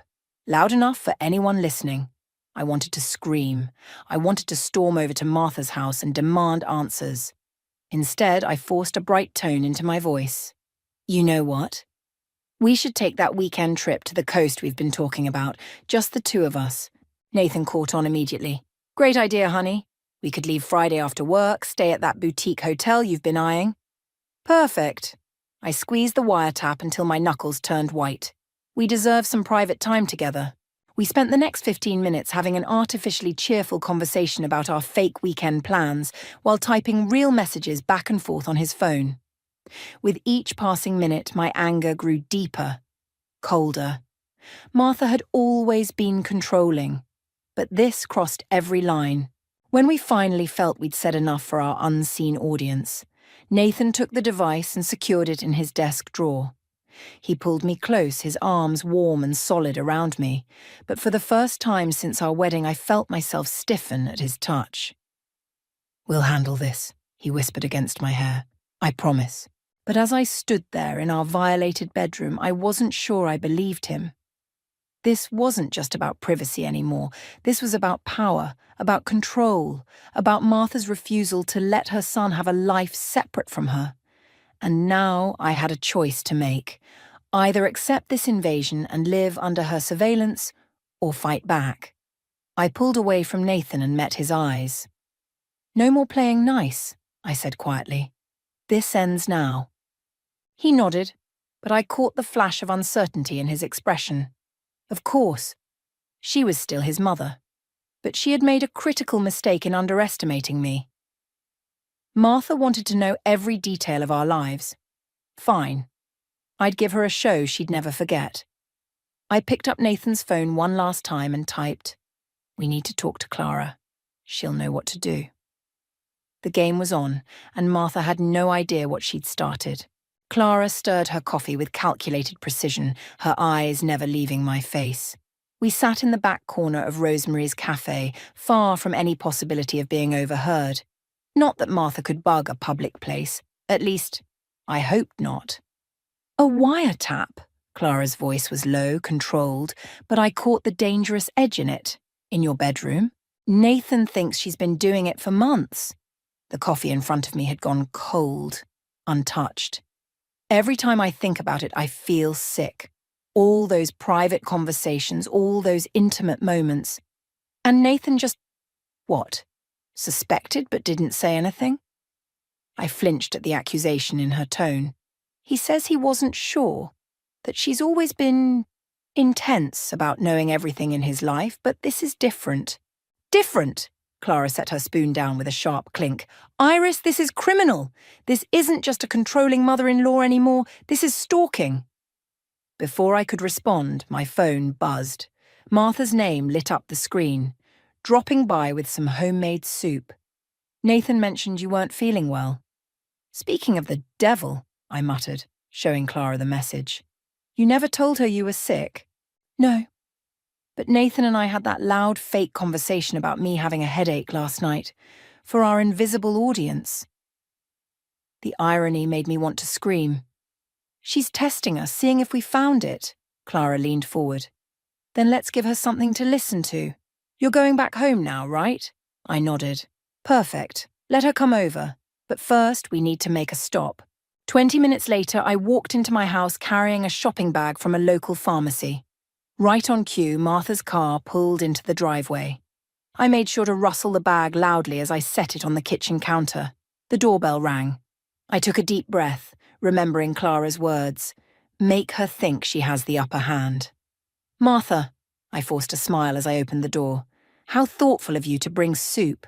She swept past me, all designer perfume and perfectly coiffed hair. "Well, when Nathan mentioned you weren't feeling well, I just had to come. You know how worried I get about my family's health." "My family, not yours." "That's so kind." I accepted the container, letting her see my slightly trembling hands. "I was just picking up some things from the pharmacy, actually." Her eyes darted to the bag on the counter, exactly where I'd left it, the pregnancy test box visible through the semi-transparent plastic. "Oh?" Her voice lifted with barely concealed interest. "Nothing serious, I hope." "Just a few things I needed." I moved to put the soup away, deliberately leaving the pharmacy bag untouched. Martha hovered, straightening already straight pictures on my walls. "You know, dear, you really should let me know when you're not feeling well. I have so much experience with these things. And Nathan, well, he worries so much about you." I bet he does, when you're constantly in his ear about it. Actually, Martha, I paused, as if considering something. Since you're here, could I ask you something personal? She practically vibrated with anticipation. Of course, dear. When you were first married to Samuel, how did you know when you were ready? For children, I mean. The look that crossed her face was almost worth everything she'd put me through. Almost. Are you... She couldn't even finish the question. Oh, no, I laughed nervously. Not yet, just thinking about the future. Martha's hand found my arm, her grip just this side of too tight. Darling, there's no need to be nervous about such things. Family is everything, and I'll be right here to guide you through it all. I managed a weak smile thinking of the wiretap in Nathan's desk drawer. Yes, you'll be right here, listening to every private moment of our lives. Thank you, Martha. That means so much. After she left, I waited exactly 10 minutes before calling Clara. Well, she asked. She took the bait, hook, line, and sinker. I stared at the pregnancy test I'd never intended to use. Now we wait. And then we show her exactly what happens when you mess with someone's family. The old photo albums in Samuel's study told a story Martha never wanted me to see. While she was at her weekly bridge club, my father-in-law had quietly invited me over, leading me to these leather-bound volumes with trembling hands. She'll be furious if she knows I showed you these, Samuel said, his voice barely above a whisper. Even here, in his own home, he spoke as if walls had ears. I flipped through pages of Nathan's childhood, every milestone documented with military precision. But something felt off about the images. They're all posed. Martha had them taken professionally, every month like clockwork. Samuel's fingers drummed nervously on his desk.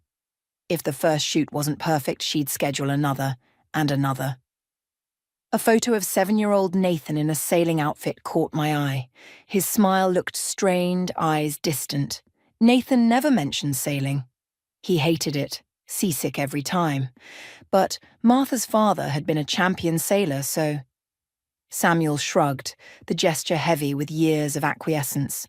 I continued turning pages, seeing Nathan's life through Martha's carefully curated lens. Piano recitals, tennis tournaments, debate club. Each image more perfect than the last, each smile a little more forced. Then I found it. A candid photo, clearly taken without Martha's knowledge. Nathan, maybe 16, laughing with a girl I didn't recognize. They sat close on a park bench sharing headphones. Sarah Matthews, Samuel supplied, Nathan's first girlfriend. Martha made sure that ended quickly. How? She found out Sarah's father had filed for bankruptcy. Suddenly, the Matthews family was uninvited from all community events. Rumors started spreading. Within a month, Sarah's family moved away. My phone buzzed. Nathan, Mom's asking about baby names. What did you tell her? I ignored it, focusing on the next album. Nathan's college years. Fewer photos now, but more formal. More controlled. The wiretap wasn't the first time, was it? I asked Samuel. He wouldn't meet my eyes. She hired private investigators when he went to college, had his roommates report back to her. She said it was because she worried, but it was about control. My phone buzzed again. Martha this time. Darling, I found the most wonderful specialist. We should discuss your fertility options over lunch tomorrow. The pieces clicked into place. The wiretap, the sudden interest in my health, the constant presence in our lives. History was repeating itself. Samuel, I said carefully, what happened to Nathan's college girlfriend? The one in these photos? He closed the album abruptly. Catherine. She was studying medicine. Very bright. Very ambitious. What did Martha do? Nothing. That's what makes it worse. She just waited. Kept pushing Nathan toward law school, toward the family firm, kept reminding him about legacy, responsibility, family name. Catherine got into a residency program across the country. Martha made sure Nathan was too busy with law school applications to visit. My phone buzzed a third time. Nathan again. Mom's coming over. Says she's worried about you. I have to go, I said, standing quickly. Thank you for showing me these. Samuel caught my arm. Iris, be careful. Martha, she doesn't see what she does as wrong. She truly believes she's protecting her family. No, I said, pulling away. She believes she owns her family. There's a difference. I drove home in a daze, my mind racing. The pieces were all there, the pattern clear as day. Martha wasn't just trying to control our lives, she was recreating Nathan's entire childhood. And now, with her suspecting a pregnancy... Nathan was waiting when I got home. Where were you? Mum's been calling everyone worried sick. I know exactly what your mother's doing, I said, my voice steady despite my racing heart. And I know why. Iris? No, Nathan, this ends now. Either you help me stop her, or I'm gone. I won't let her do to our children what she did to you. His face went pale. What are you talking about? Ask your father about Sarah Matthews, I said, watching the colour drain further from his face. Or Catherine, or any of the other people your mother decided weren't good enough for her perfect family portrait. The front door opened before he could respond. Martha's voice rang out, cheerful and sharp as a knife. There you are, darling, I brought prenatal vitamins, just in case. The prenatal vitamins sat on my kitchen counter like a declaration of war. Martha had arranged them in a neat row, labels facing forward, a silent army of plastic bottles marking her territory. I hadn't touched them in 3 days. Nathan paced behind me, his reflection fractured in the window above the sink. We need to tell her. Tell her what? I kept my voice neutral, watching a cardinal land on our bird feeder. That we found her bug? That we know about Sarah and Catherine? Or that I'm not actually pregnant? All of it. He stopped pacing. She's already called 3 fertility specialists. Of course she has. The cardinal flew away as I turned to face him. Just like she called the private investigators in college. Just like she'll call them again when we actually have children. Nathan flinched. That's not fair, isn't it? I picked up one of the vitamin bottles, reading the label without really seeing it. Your father showed me the photos, Nathan. Every perfectly staged moment of your life. Is that what you want for our kids? Before he could answer, the doorbell rang. Through the frosted glass, I recognized Clara's silhouette, but when Nathan opened the door, Martha stood beside her. Look who I ran into in the driveway. Martha's voice dripped honey. Clara was just telling me about a wonderful fertility clinic her cousin used. Clara's eyes met mine, wide with warning. She'd never mentioned having a cousin with fertility issues. Martha, I said carefully, Clara and I have a lunch date. Oh, perfect. I'll join you both. We have so much to discuss about your future. The word future hung in the air like smoke. I watched Clara's hand tighten on her purse strap, saw Nathan's shoulders tense. Actually, Clara said, we were going to discuss work projects. Boring IT stuff. Martha's smile didn't waver. Nonsense. You shouldn't be stressing about work in your condition, Iris, not when there are so many important decisions to make. My condition? The vitamin bottle was still in my hand. I set it down before I could throw it. Well, given the pregnancy test I saw.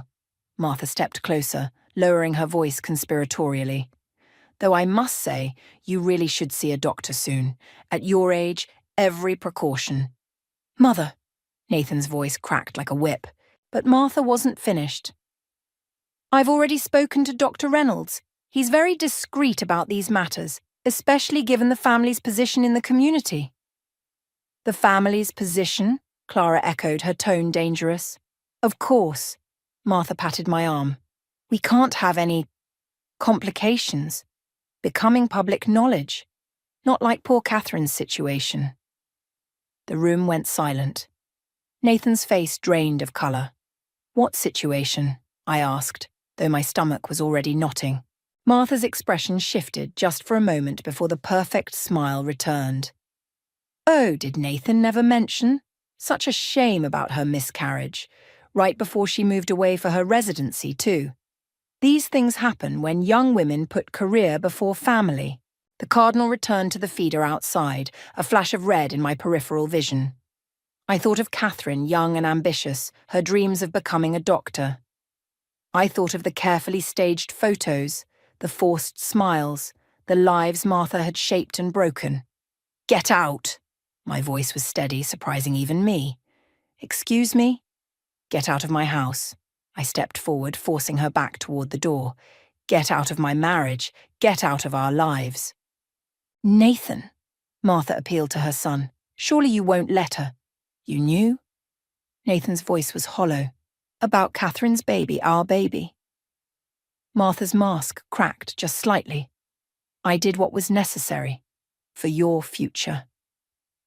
Get out, Nathan echoed, moving to stand beside me. Now. After she left, Clara hugged me tight while Nathan disappeared into his study. When I found him later, he was holding an old photograph, him and Catherine on graduation day, young and in love and unaware of what was coming. We need to find her, I said softly. He looked up, his eyes red. Why? Because your mother's right about one thing. I touched my stomach, thinking of the future we'd planned. Family is everything, just not the way she thinks. Catherine's social media trail ended abruptly 7 years ago. No posts, no updates, nothing after her move across the country. But Clara, bless her IT expertise, had found something else. A medical practice in Seattle under the name Catherine Chen Martinez. You're sure it's her? Nathan stood behind my desk chair, staring at the screen. Same medical school, same graduation year. I clicked through the practice's website. And look, her bio mentions growing up in Connecticut. Nathan's hand tightened on my shoulder. The wedding ring on his finger caught the light from my monitor, a silent reminder of everything Martha had orchestrated. We can't just show up at her office, he said. No. I opened my email. But we can send a message. The cursor blinked accusingly as I tried to find the right words. Dear Catherine, remember me. I'm the woman who married the man whose mother destroyed your life. Want to help us take her down? My phone buzzed. Martha, darling, I've been thinking about our little misunderstanding. Let's have dinner tonight. Just us girls. Another buzz.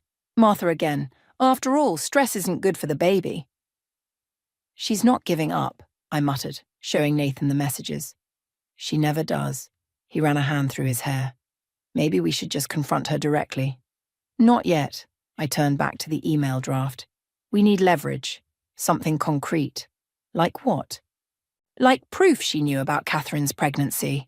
Like evidence she's been stalking all of us for years. I started typing. Like whatever else she's hiding. The office door opened. Clara rushed in, face flushed. You need to see this. She handed me her tablet. On screen was a legal document. Old, but clearly legible. A restraining order filed 15 years ago by someone named Rebecca Walsh against Martha. Who's Rebecca Walsh? I asked. Nathan's sharp intake of breath answered before Clara could. Dad's first fiancée. What? Before Mum. I found an old photo once, but Mother said she'd died in a car accident before the wedding. Clara swiped to another document. Not dead, just scared away. According to this, Martha stalked her for months, threatened her family. Rebecca finally fled to Canada. My phone buzzed again. Martha, I'm coming over. We need to talk about your future. She's on her way here, I said, standing. Now. Nathan moved toward the door. I'll handle it. No. I caught his arm. This ends today, but not like this. Not with her controlling the narrative again. I turned to Clara. Can you find Rebecca? She nodded. Already working on it. Good. I walked to my desk drawer and pulled out the wiretap device. Because Martha's not the only one who can record conversations. Nathan's eyes widened. Iris. Your mother wants to talk about my future. I slipped the device into my pocket. Let's talk about her past instead. Clara grabbed my hand. Be careful. She's dangerous when cornered. So am I. I squeezed her hand back. Nathan, call your father. Get him here. He needs to hear this too. The doorbell rang, its cheerful chime at odds with the tension in the room. Through the window, I saw Martha's Mercedes in our driveway gleaming like a predator. Ready? I asked Nathan. He looked at the tablet with Rebecca's restraining order. then at the wedding photo on my desk, us smiling, unaware of the shadows lurking behind that perfect day. Catherine lost our baby, he said quietly. Rebecca lost her future. How many others? No more, I promised, heading for the door. It stops here. Martha's voice drifted up from downstairs, calling my name with honeyed concern. I touched my pocket, feeling the wiretap device press against my hip. The same technology she'd used to control her family would now expose her true nature. Sometimes I thought, the best revenge isn't about destroying someone. It's about forcing them to face their own reflection. I started down the stairs, Nathan and Clara behind me, toward the woman who thought she owned our lives. Time to show Martha what real family loyalty looks like. Martha sat in our living room like a queen on her throne, surrounded by the life she'd tried to orchestrate. Samuel stood by the fireplace, his face ashen after hearing about Rebecca. Nathan hadn't moved from his position by the window since Clara showed us the last piece of evidence, hospital records from Catherine's miscarriage, with Martha's signature on the visitor log. Really, Iris, Martha sighed, smoothing her silk blouse. All this drama over a simple misunderstanding. Misunderstanding? The recording device felt heavy in my pocket, like Rebecca Walsh was a misunderstanding. Martha's smile flickered. Ancient history. Or Catherine Chen? I stepped closer. Was her miscarriage just a misunderstanding too? Martha, Samuel's voice cracked.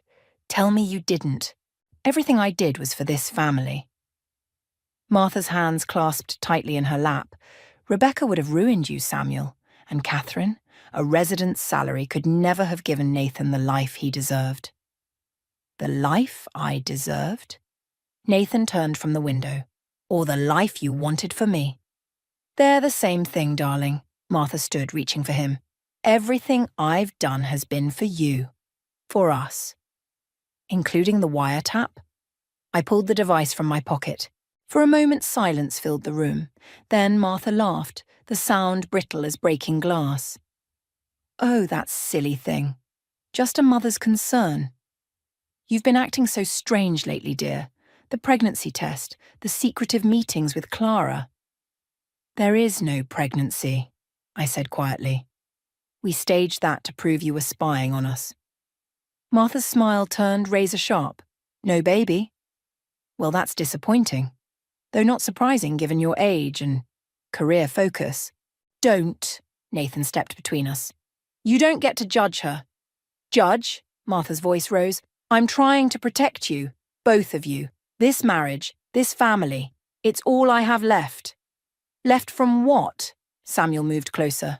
What happened to you, Martha? What happened? She whirled on him. You want to know what happened?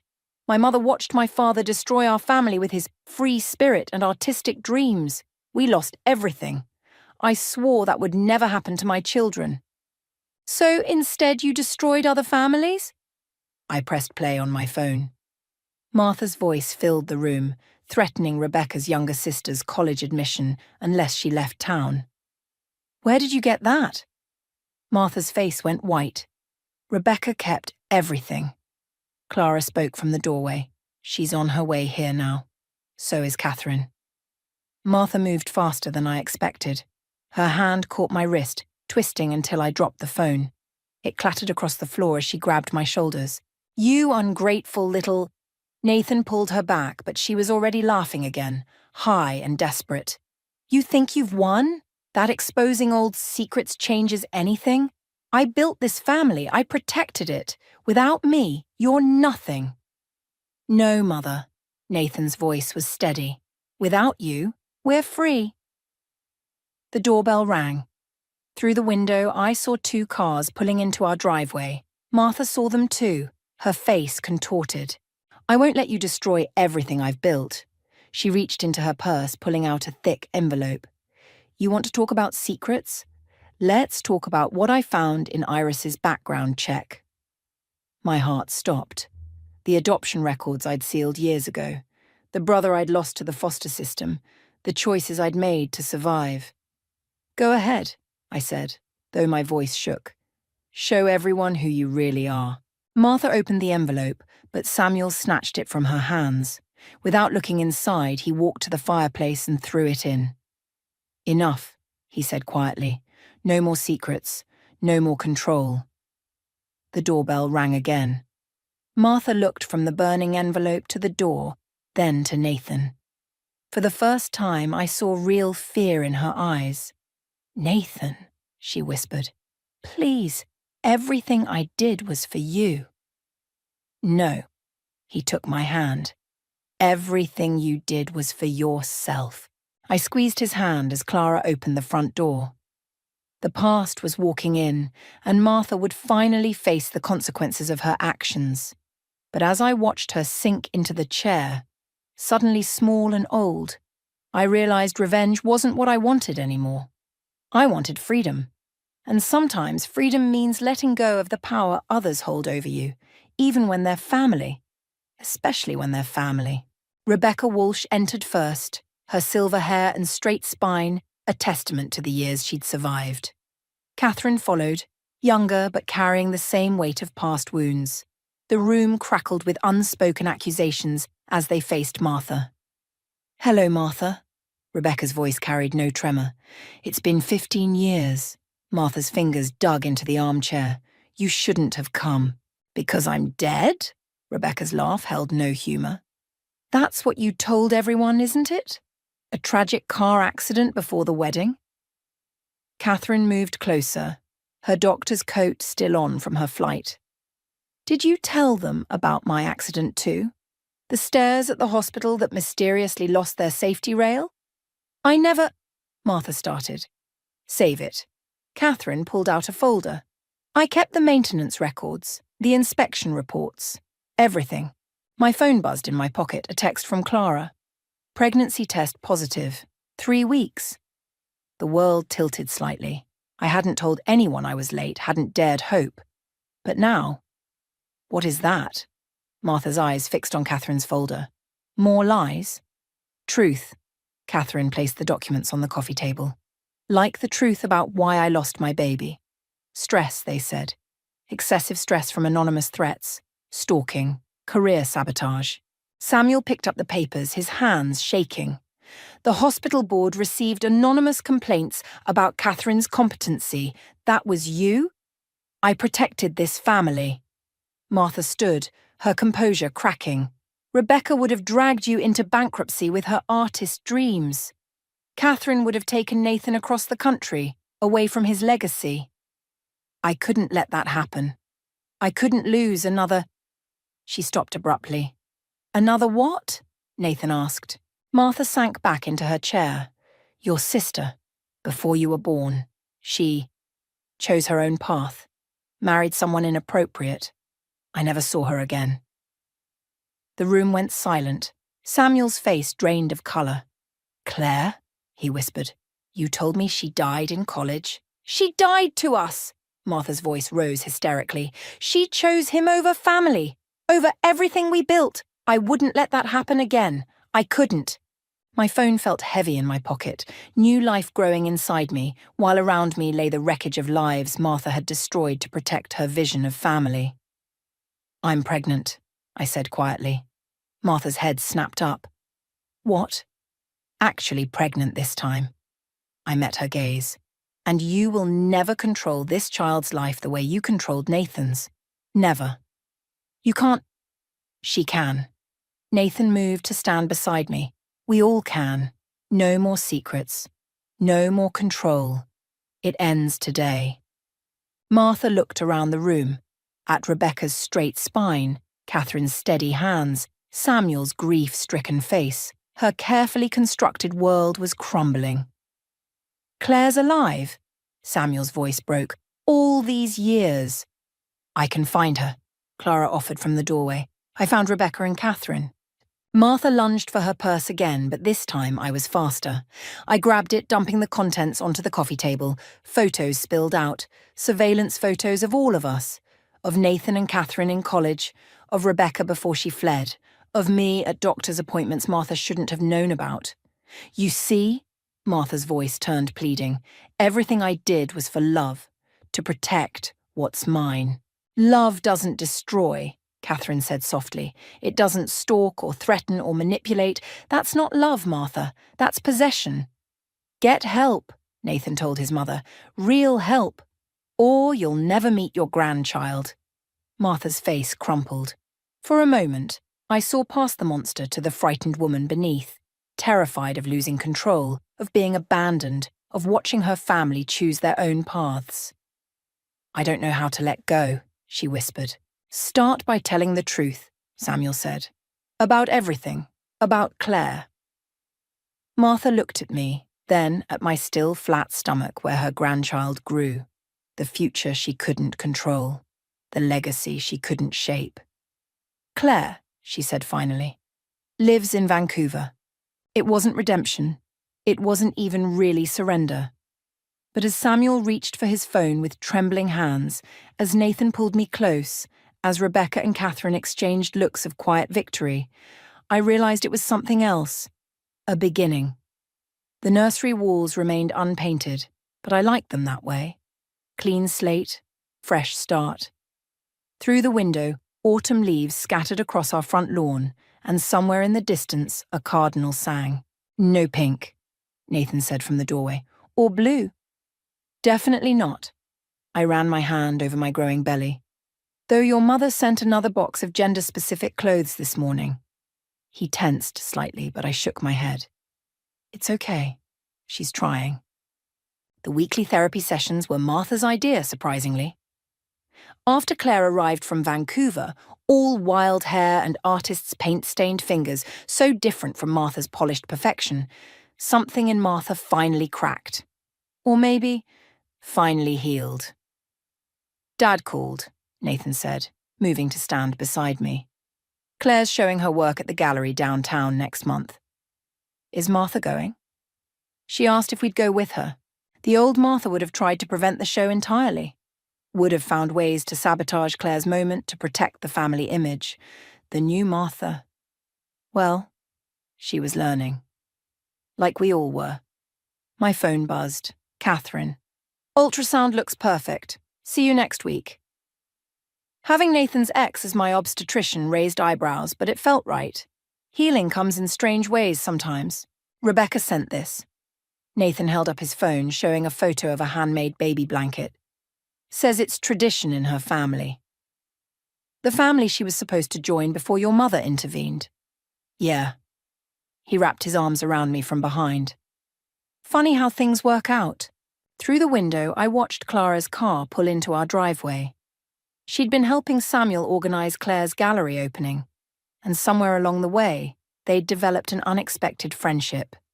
The wounded helping the wounded heal. "Do you ever wonder," I asked, "if we did the right thing? Exposing everything?" "As opposed to what? Revenge?" I wanted to destroy her at first, to make her suffer like she made others suffer. Nathan was quiet for a moment. But that wouldn't have fixed anything. No. I touched the wall, imagining the colours we might choose. It would have just continued the cycle. Clara's voice drifted up from downstairs along with Samuel's deeper tones and Martha's. My hand instinctively went to my belly, an old protective gesture. "We can ask her to leave," Nathan offered. "No." I turned to face him. "But we maintain our boundaries. Trust is earned, not given." Downstairs, Martha's laugh mingled with Claire's, tentative, awkward, but real. The sound of two people learning to exist in the same space without power plays or manipulation. "I found another wiretap yesterday," I said quietly. Nathan stiffened. "Where?" "In the box of baby clothes. But Martha didn't put it there." I pulled the device from my pocket. "It's government issue. Apparently my brother's adoption records weren't as sealed as I thought." His eyes widened. "You mean Clara's running traces now? We might actually find him." "Are you sure you want to? After everything with Martha?" "That's why I'm sure." I placed the wiretap on the windowsill where the sun caught it. Family secrets don't protect anyone. They just breed more secrets. Below, car doors slammed. Rebecca had arrived with more gallery plans. Soon the house would be full of voices. Claire and Samuel discussing art, Martha carefully measuring her words, Catherine dropping off ultrasound photos, Clara with her latest findings. A broken family slowly rebuilding, not perfect, not even close, but real. "We should paint the nursery green," Nathan said suddenly, "like new leaves." I smiled, understanding what he meant. New growth, new beginnings. The cardinal outside took flight, a flash of red against the pale sky. I thought of Martha, of revenge and redemption, of the fine line between protecting family and controlling it, of the child growing inside me who would never know the weight of secrets we'd carried. "Green," I agreed. "But first, let's open some windows. This room needs air." Nathan unlatched the window, letting in the autumn breeze. Sometimes the best revenge isn't revenge at all. Sometimes it's simply opening windows and letting the truth blow through, clearing out the shadows where secrets hide. Even if that truth comes with a cardinal's warning song. The turkey was perfect. I'd spent 6 hours on it, basting every 30 minutes, monitoring the temperature like a surgeon watching vital signs. Even my father, who taught me everything I know about cooking, would have been proud. Which is why I couldn't process what I was hearing through my phone. "You've humiliated this entire family, Brielle. The turkey was inedible, simply inedible." Diana's voice crackled with that particular brand of venom she reserved just for me. "What are you talking about? I followed Grandmother Evelyn's recipe exactly. I had to throw the whole thing away. Do you know how embarrassing it is to explain to our guests why we're serving ham at Thanksgiving? This is exactly why I told Adam you weren't ready to host." My fingers gripped the kitchen counter until my knuckles went white. "I'm Brielle, and for 3 years I've been trying to prove myself worthy of the Collins family name. But apparently, marrying Adam wasn't enough. Neither was leaving my career in product development to help modernize their restaurant empire's brand identity. And now, according to my mother-in-law, I couldn't even cook a turkey. Diana, I tested that recipe twice last week. The turkey was what, dear? Because I had to watch James's business partners pick at dry, tasteless meat while trying not to grimace. Emily had to run to the store for ham. Ham? At Thanksgiving? I closed my eyes, remembering how proud I'd felt when I'd pulled that golden brown masterpiece from the oven. The skin had crackled perfectly, the meat practically falling off the bone. I'd even taken photos. The photos. "Diana, I have pictures of the turkey before I left it in your kitchen. Would you like to see them?" A pause. Brief, but telling. "Don't be ridiculous. I disposed of that disaster hours ago. The point is, you've embarrassed us all, and quite frankly, I'm concerned about your place in this family, if you can't handle even the most basic traditions." My free hand found my phone's camera roll. There it was. My turkey in all its glory, documented from every angle. Something wasn't adding up. "Where's Adam?" I asked, keeping my voice steady. "He's busy damage controlling your mess, naturally. Listen, dear, perhaps it's best if you skip the Christmas celebration. Give everyone some time to forget this incident." The pieces clicked together like a sinister puzzle. Diana had been trying to edge me out since day one. But this was a new low. "Actually," I said, "I think I'll call Emily right now. I'd love to hear about her emergency ham run." Another pause, longer this time. "There's no need to bother Emily. She's busy damage controlling my mess? Funny, I just got a text from her 5 minutes ago. She's at her boyfriend's family dinner in Boston. Has been all day." The silence on the other end of the line was deafening. "You threw away a perfectly good turkey, didn't you, Diana? Just to make me look bad. How dare you accuse me?" "Save it," I cut in, surprising myself with the ice in my voice. "I'm going to find out exactly what happened to my turkey. And when I do, everyone's going to know what you did, including Adam." "Nobody will believe you over me," Diana hissed. "I've been part of this family for 35 years. You're just the girl who got lucky with my son." I looked at the photos again, then at the recipe card my father had given me, the one he'd used in his restaurant for 20 years. "We'll see about that," I said, and hung up. My hands were shaking as I set down the phone. 3 years of snide comments, backhanded compliments, and subtle undermining had led to this moment. Diana had finally overplayed her hand, and now I had proof. The question was, what was I going to do with it? I opened my contacts and scrolled to Emily's name. It was time to find out just how many other family members were tired of Diana's games. One way or another, this turkey scandal was about to blow up in her face. Adam found me in our kitchen at midnight, staring at the photos on my phone. He dropped his briefcase by the door and loosened his tie, exhaustion etched across his face. "Mum called," he said, and my stomach clenched. "She's pretty upset." "Is she?" I swiped through the photos again. "Did she mention throwing away my perfectly good turkey?" He sighed, running a hand through his hair. "Look, I know she can be difficult." "Difficult?" I set my phone down harder than necessary. "She sabotaged Thanksgiving dinner just to make me look bad. She lied about Emily getting ham. Bree, please." Adam's voice carried that familiar note of defeat. "Maybe there was a misunderstanding. You know how she gets about family traditions." I studied my husband's face, the way he couldn't quite meet my eyes, the slight downturn of his mouth. 3 years of marriage, and still he defaulted to peacekeeping. "Show me the garbage," I said. "What?" "If my turkey was so terrible that she had to throw it away, show me the evidence." "Right now." Adam shifted uncomfortably. The cleaning service already came. "How convenient." I pulled up Emily's text and held it out. "Read this." His eyes scanned the message. "Having dinner with Jake's family in Boston. Hope your turkey turned out as amazing as the test runs. Send pics." "She's lying, Adam. Your mother is lying, and you know it." He leaned against the counter, shoulders slumping. "What do you want me to do? Accuse my own mother of what? Of systematically trying to drive me out of this family? Of undermining everything I do?" My voice cracked. "Of making me feel like I'll never be good enough for her precious son?" The silence stretched between us, heavy with unspoken words. Finally, Adam moved closer, reaching for my hand. "You are good enough," he said softly. "More than good enough. But if we confront her directly, she'll just deny everything.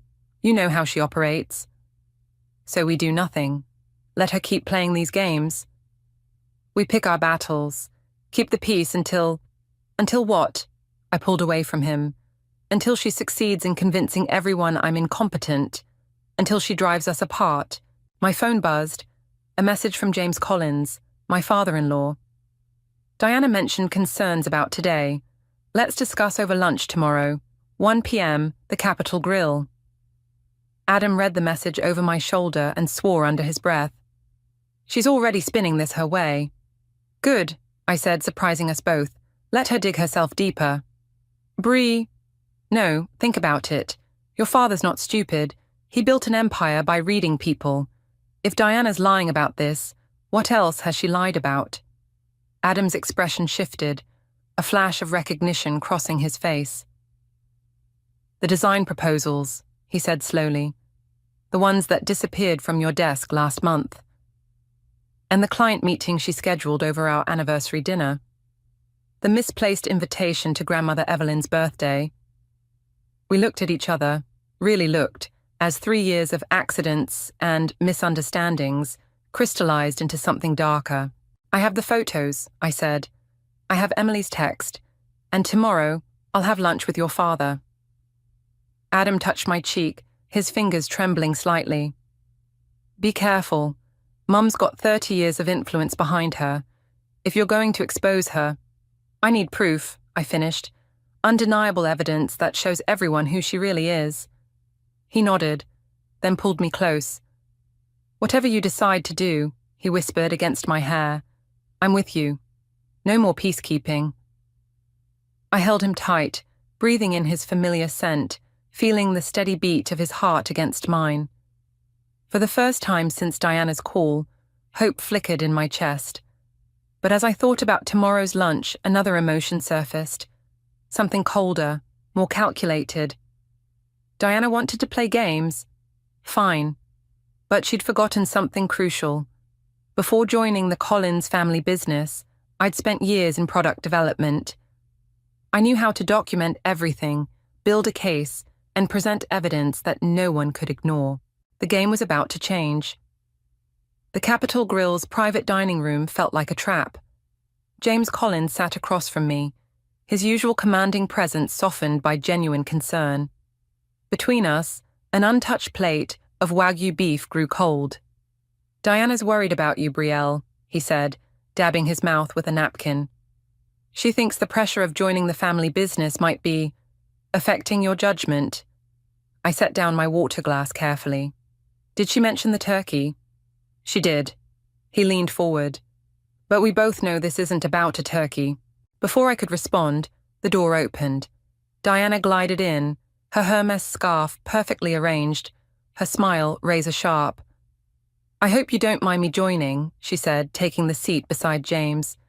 "I felt we should discuss this as a family." My phone buzzed in my lap. A text from Adam. Mum just left the office, said she had an emergency. I slipped the phone back into my pocket, watching Diana pour herself water with practiced grace. "Actually," I said, "I'm glad you're here. We should talk about the design proposals that went missing last month." Diana's hand trembled slightly as she set down the water pitcher. "Ancient history, dear. We found them eventually." After the deadline passed, I turned to James. "Did you know they were in Diana's desk the whole time? Emily saw them there when she was looking for stamps." "That's absurd," Diana cut in. "Emily never..." "Never what? Never goes in your office or never tells the truth?" I pulled out my phone, pulled up the photos of the turkey. "Like how you told everyone she bought ham on Thanksgiving when she was actually in Boston?" James frowned, looking between us. "Diana?" "James, surely you're not going to believe these ridiculous accusations." But her voice had lost its smooth edge. "Brielle's clearly..." The dining room door opened again. Emily stood there, still in her chef's whites from the restaurant kitchen. "Sorry I'm late. Brielle asked me to join." Diana's face went pale. "This is a private family matter." "I am family," Emily said, sliding into the chair next to me. "And I have something to show Uncle James." She pulled out her phone, started playing a video. Diana's voice filled the room. Of course I threw it away. That little upstart thinks she can take my place. James actually listens to her design ideas. My design ideas weren't good enough, but hers. A bitter laugh. "Well, we'll see how long she lasts when everyone thinks she can't even cook a basic turkey." The silence that followed was deafening. James stared at his wife of 35 years like he was seeing a stranger. "You recorded me." Diana's voice shook with rage. "You ungrateful little..." "I record everything in the kitchen," Emily said quietly. "Restaurant policy. You know that, Aunt Diana. You helped write the employee handbook." I watched Diana's carefully constructed world start to crack. She turned to James, reaching for his hand. "Darling, you have to understand." "Understand what?" His voice was ice. "That you've been systematically trying to undermine the woman our son loves.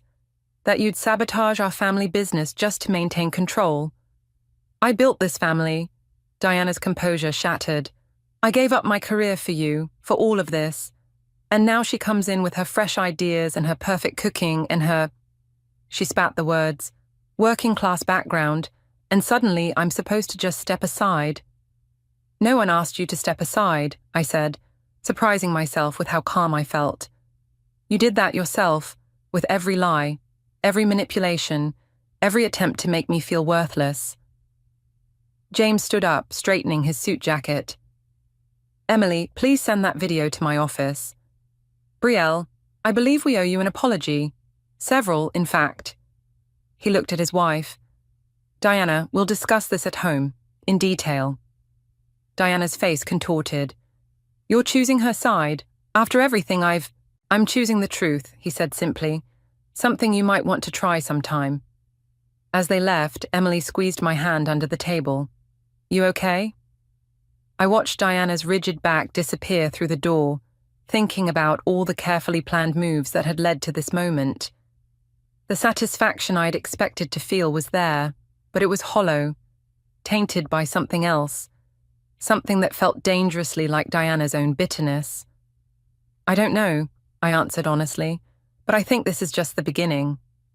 The Collins family estate loomed before me, its windows dark except for one, Diana's study. I sat in my car, watching her shadow move across the curtains, remembering Emily's words from lunch. She's not done. This is when she's most dangerous. My phone lit up with a text from my father. Got your message. Coming tomorrow. Some things you need to know. The front door opened, spilling light onto the driveway. Diana emerged, carrying a box to her car. Even at this distance, I recognized my design portfolios, the ones she'd claimed were accidentally shredded last month. I stepped out of my car. Need help with that? She froze, then straightened her spine. Enjoying your little victory, are you?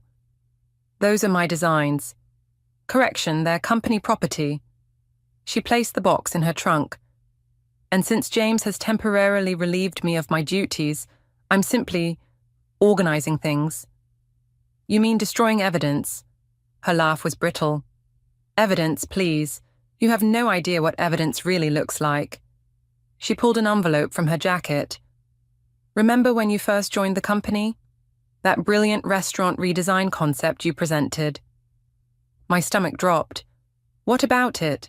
Funny thing about intellectual property, it's all about who documents it first. She held up the envelope. Would you like to see the dated designs I submitted to the patent office 6 months before you joined us?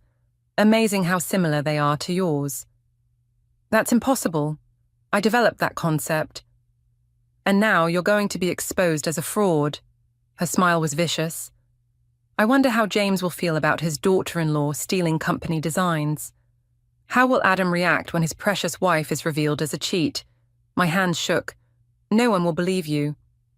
Everyone will believe the paperwork, the timestamps, the digital trail I've carefully created. She closed her trunk. You thought you could destroy me? Darling, I've been playing this game since before you were born. Heavy footsteps crunched on gravel. Adam appeared from the shadows. Is that why you had me handle all the patent submissions when I first started, Mum? So you'd know exactly how to fake the documentation? Diana's composure cracked. Adam, I kept copies of everything, he continued, his voice eerily calm, including the original submission dates. Did you really think I wouldn't protect my wife? I'm protecting this family. Diana's voice rose. She's changing everything. The company, you, all of it. Someone had to stop her. The only one who needs stopping is you. Adam moved beside me, his hand finding mine. Dad's waiting for those files in his study, all of them. Diana's face contorted. You choose her over your own mother. No, he said quietly. I'm choosing what's right, something you taught me once upon a time. She got into her car without another word, the engine roaring to life. As she sped away, I sagged against Adam. How long have you known? I asked. About the patents, since she first started acting strange about your designs. I didn't want to believe it, but he pulled me closer. I started documenting everything after that, just in case. My phone buzzed again, another text from my father. Diana tried to buy my restaurant 5 years ago, threatened to destroy it when I refused. Keep your guard up. The pieces clicked together. Diana's obsession with control, her failed design career, her desperate need to maintain power. She hadn't just been trying to push me out, she'd been preparing for this fight long before I entered the picture. We need to tell your father everything, I said, not just about the patents. Adam nodded, but his expression was troubled. She's not going to stop, is she? I thought about Diana's calculated smile, the years of manipulation revealed in those few minutes. The woman had turned sabotage into an art form, and I'd just become her masterpiece project. No, I replied, she's not. But neither am I. We walked toward the house, where James waited, with 30 years of his own suspicions. It was time to unravel Diana's web, thread by careful thread. But as we climbed the steps, I couldn't shake the feeling that we were walking into exactly the kind of chaos she thrived on. The game had changed, but so had the players, and I was done playing defense. My father arrived at our house carrying a worn leather briefcase I hadn't seen since his restaurant days. Adam watched from the kitchen doorway as Dad spread documents across our dining table. 5 years ago, he said, sliding over a letter with Diana's signature, she offered to buy Thompson's, said she'd modernize it, make it part of the Collins empire. You never told me, I said, scanning the aggressive acquisition proposal, because what came after was worse. He pulled out more papers, health department complaints, anonymous reviews, supplier cancellations. All fabricated, all traced back to shell companies she controlled. Nearly destroyed everything I'd built. Adam's knuckles went white against the doorframe. Why would she... Control, my father said simply. Your mother doesn't just want influence, son. She wants to own everything that threatens her. The doorbell rang. Through the window I saw Emily's car in our driveway, and beside it, an unfamiliar Mercedes. That'll be Grandmother Evelyn, Adam said. I called her. The family matriarch entered like a queen, Emily trailing behind her. Evelyn's eyes fixed on the papers covering our table, then moved to my father. Marcus Thompson, she said. It's been too long. Dad straightened. Mrs. Collins. Please, it's Evelyn. She settled into a chair, her presence filling the room. I believe we share a common problem. Emily pulled out her phone, played a new recording. Diana's voice filled the room. Once I release those forged patents, she'll never work in design again. James will have no choice but to fire her. The family will disown her. When was this? I asked. This morning, Emily said. She was talking to her lawyer. Evelyn's expression hardened. 35 years ago, Diana presented James with designs she claimed were hers. I knew they weren't. I'd seen the original artist's work in Paris. But I stayed quiet, hoping she'd prove herself worthy of my son in other ways. She shook her head. I've been paying for that silence ever since. My hands trembled as I gathered the documents. She's going to release the fake patents at the Christmas party next week, in front of everyone. Yes, Evelyn said, but we'll be ready. Adam moved behind my chair, his hand on my shoulder. How? Because, my father pulled out one final document. I kept everything from when she tried to destroy my restaurant, including emails she didn't know could be traced. Emily leaned forward. And I have recordings going back months. The kitchen cameras catch everything. I have the original patent paperwork, Adam added. And I, Evelyn said, have 35 years of carefully documented lies, including proof about those Paris designs.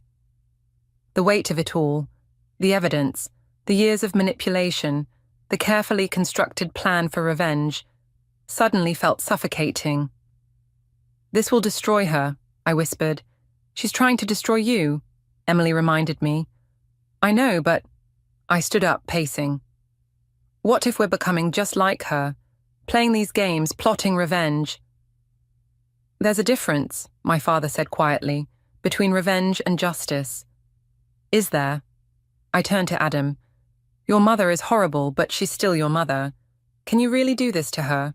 Adam's face was torn between pain and determination. She's doing this to herself. Has been for years. Evelyn rose, her movements deliberate. Diana will be at the Christmas party tomorrow night, ready to humiliate you in front of everyone we know. The question isn't whether we can do this to her. It's whether we can let her continue destroying lives. My phone buzzed. A text from James. Diana's lawyer just contacted me about patent violations. Meeting tomorrow morning. Need you there. The trap was closing, but I wasn't sure anymore who was caught in it. Diana or all of us. Okay, I said finally. But we do this right. Not for revenge, but for truth.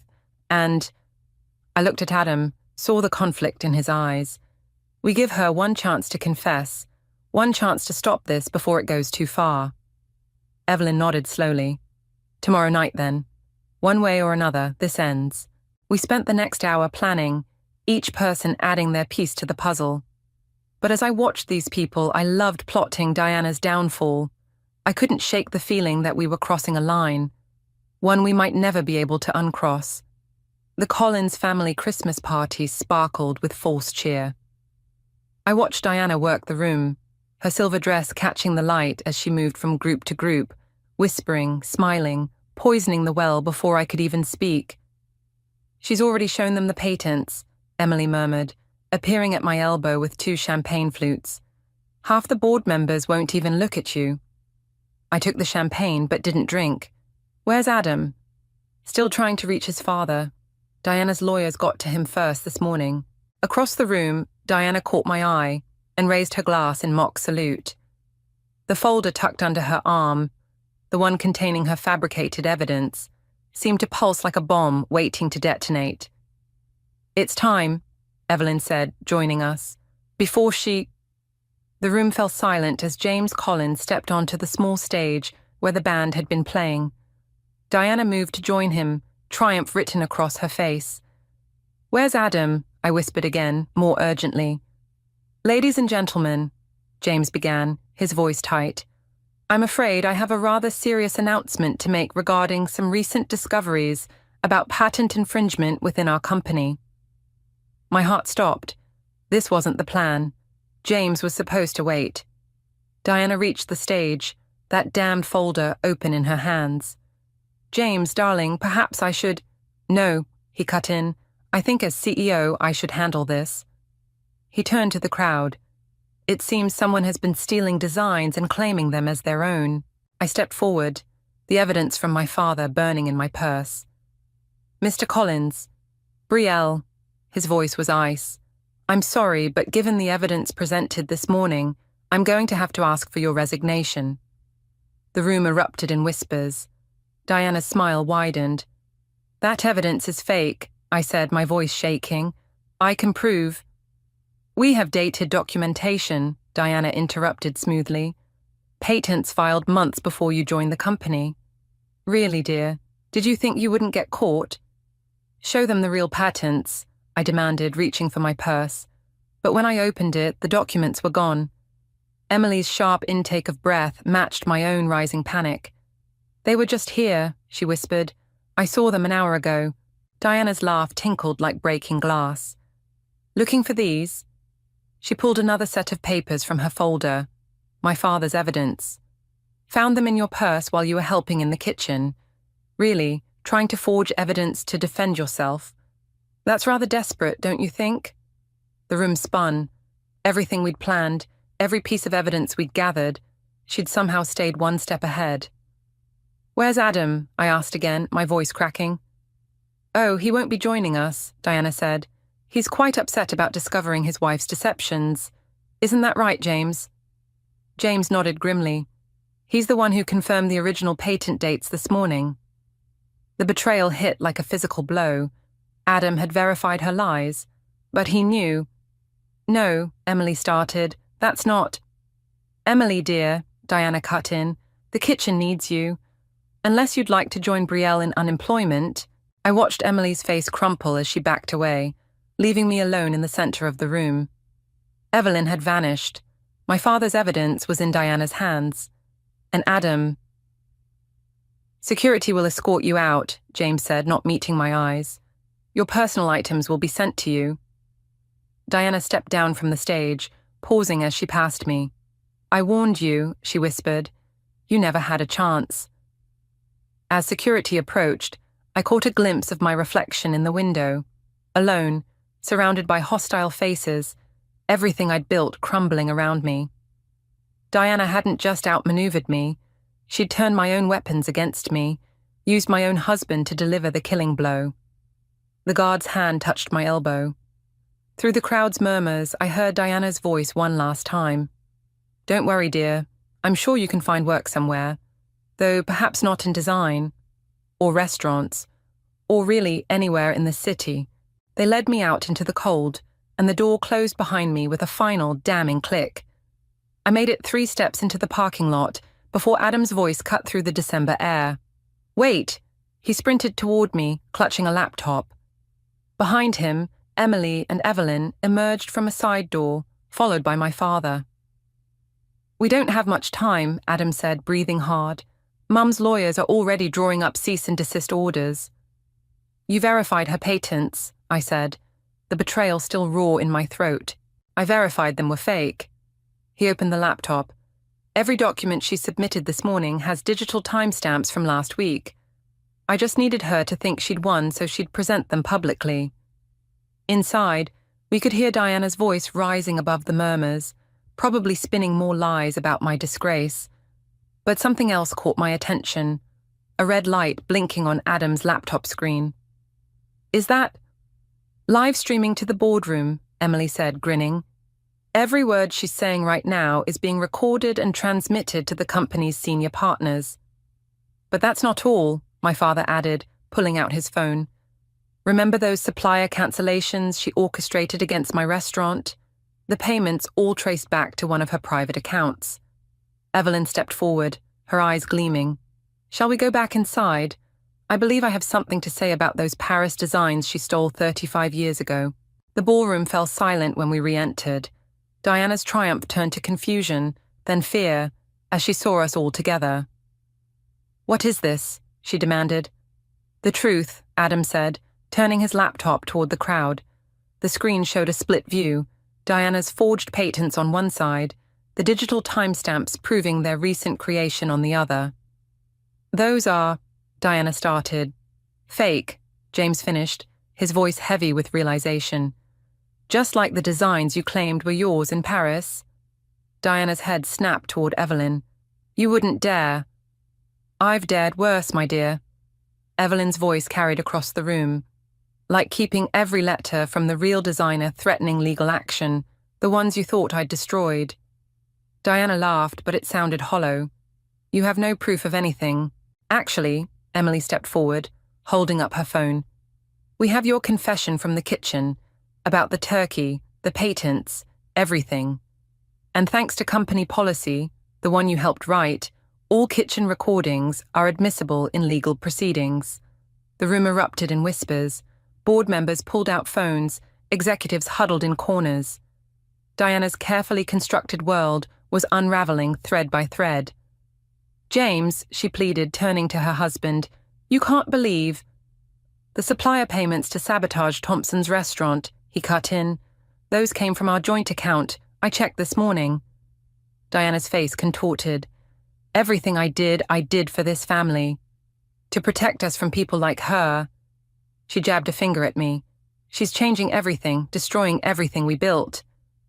"No, Mother," Adam said quietly. "You did that yourself." Diana looked around wildly, seeing support crumble, allies turn away. But instead of backing down, something in her snapped. "You ungrateful little witch," she snarled, lunging for me. "I'll destroy you." My father stepped between us, his voice cutting like a chef's knife. "Like you tried to destroy my restaurant, my reputation, my daughter's career." Diana froze, realizing too late that her outburst was still being live-streamed to the boardroom. "Diana," James said, his voice heavy with finality, "I want you out of this house, tonight, and expect to hear from our lawyers in the morning." The security guards who'd escorted me out minutes earlier now moved toward Diana. But before they reached her, she straightened her spine, smoothed her dress, and managed one last venomous smile. "Congratulations, Brielle. You've won this round. But remember, you had to become exactly like me to do it." As they led her away, her words hung in the air like smoke. I felt Adam's hand find mine, squeezing gently. Around us, the family began to gather, not in judgment now, but in support. But Diana's parting shot had found its mark. In destroying her, had I become her? The victory felt hollow, tainted by the truth in her final accusation. The game was over. But the cost of winning remained to be seen. The kitchen smelled of roasting turkey and fresh herbs. I adjusted the oven temperature, checking the bird's color through the glass. Golden brown, perfectly done. Just like Thanksgiving, except this time, no one would throw it away. "Need help?" Emily asked from the doorway. "Almost finished." I pulled out my phone, took a photo of the turkey. Old habits die hard. The Collins family waited in the dining room. James, Evelyn, Adam, even my father. Our first family dinner since Diana's departure. The divorce papers had been signed yesterday. "The board approved your redesigned proposal," Emily said, setting plates on the counter. "Uncle James wants to start implementation next month." I nodded, but my eyes drifted to the envelope sitting unopened on the kitchen island. Diana's handwriting, her final words before leaving the city. I'd found it in our mailbox this morning. "You don't have to read it," Adam said, appearing behind Emily. He'd been watching me eye that envelope all day. "I know. But I picked it up anyway, broke the seal. Inside was a single photograph. Diana in Paris 35 years ago, standing beside a design board. Her smile was different then, genuine, full of hope. On the back, she'd written, "We're more alike than you think. That's what terrifies me." "Brie?" Adam touched my shoulder. "The turkey's ready." I slipped the photo back into the envelope, tucked it into my recipe box beside my mother's old cards. Some things you keep, not because they're pleasant, but because they remind you of who you don't want to become. The turkey came out perfectly. I carved it at the table while James discussed the company's future, while Emily detailed her plans for the restaurant division, while Evelyn shared stories of family dinners past. My father watched me with quiet pride, and Adam's hand found mine under the table. But between the laughter and plans and healing, Diana's words echoed. "We're more alike than you think." Maybe she was right. Maybe we shared the same drive, the same determination, the same capacity for calculated revenge. But there was one crucial difference. I had a choice. Every day I could choose between protecting what I loved and destroying what I feared. "A toast," James raised his glass. "To family." "To truth," Evelyn added. "To fresh starts," Emily chimed in. I looked at Adam, saw in his eyes the same question that had haunted me since that night. Had justice been worth the cost? "To choices," I said finally, raising my glass, "and to the people who help us make the right ones." The crystal clinked, the conversation flowed, and slowly, the weight of the past months began to lift. Diana was gone, but she'd left behind more than just wreckage. She'd left a warning, a mirror, a chance to choose a different path. Later, as I packed leftovers for everyone to take home, a new tradition perhaps, I found myself humming my father's old kitchen song, the one he'd sung during hard times at the restaurant, about how the finest meals come from the hottest fires. "You know," Adam said, wrapping his arms around my waist, "most people would have broken under what she did to you." "Maybe," I leaned back against him, "or maybe we just need to remember that revenge isn't the only way to protect what matters." Through the kitchen window, I could see my father helping Emily load containers into her car, James and Evelyn walking arm in arm toward their driver. Family, messy, complicated, worth fighting for, but not worth destroying yourself over. I closed the recipe box, Diana's photo safely buried beneath years of family history and love expressed through food. Some recipes you follow exactly, others you adapt, and some you leave behind entirely. The choice, I realized, had always been mine to make. "Come on," I told Adam, handing him the last container of leftovers. "Let's go home. I'm thinking of trying a new recipe tomorrow." He smiled, understanding what I meant. Sometimes the best revenge isn't revenge at all. It's living well, loving deeply, and leaving the bitterness behind. Even if some small part of you never forgets how to make it. I stare at the velvet box in Connor's outstretched hand, my champagne glass frozen halfway to my lips. The crystal chandelier above us throws fractured light across his perfectly practiced smile. And I can't shake the feeling that this moment, this proposal, is just another transaction being closed. My name is Arya, and I should be crying tears of joy right now. Instead, I'm counting the seconds of silence that have stretched between us while both our families lean forward in their seats, waiting for the fairy tale ending they've scripted. "Darling?" Connor's voice carries that slight edge I've grown to recognize. The one that says I'm not performing my role correctly. You're keeping everyone in suspense. Mother clasps her hands together, her diamond bracelet catching the light. Oh, sweetheart, isn't this just perfect? Perfect. Like the merger documents I spotted on Father's desk last week. Perfect like the way Connor's mother, Sophie, has been dropping hints about grandchildren and family legacies over every lunch we've shared this month. The word catches in my throat as Connor's fingers tighten almost imperceptibly around the box. His eyes aren't warm anymore, they're calculating, measuring my response against some invisible benchmark. Connor, I force a smile, buying time. This is so unexpected. James Mitchell, Connor's father, chuckles from his seat. Nonsense. You two have been headed this way since prep school. It's about time my boy made an honest woman of you. The ring gleams, 3 carats at least, knowing Connor's taste for excess.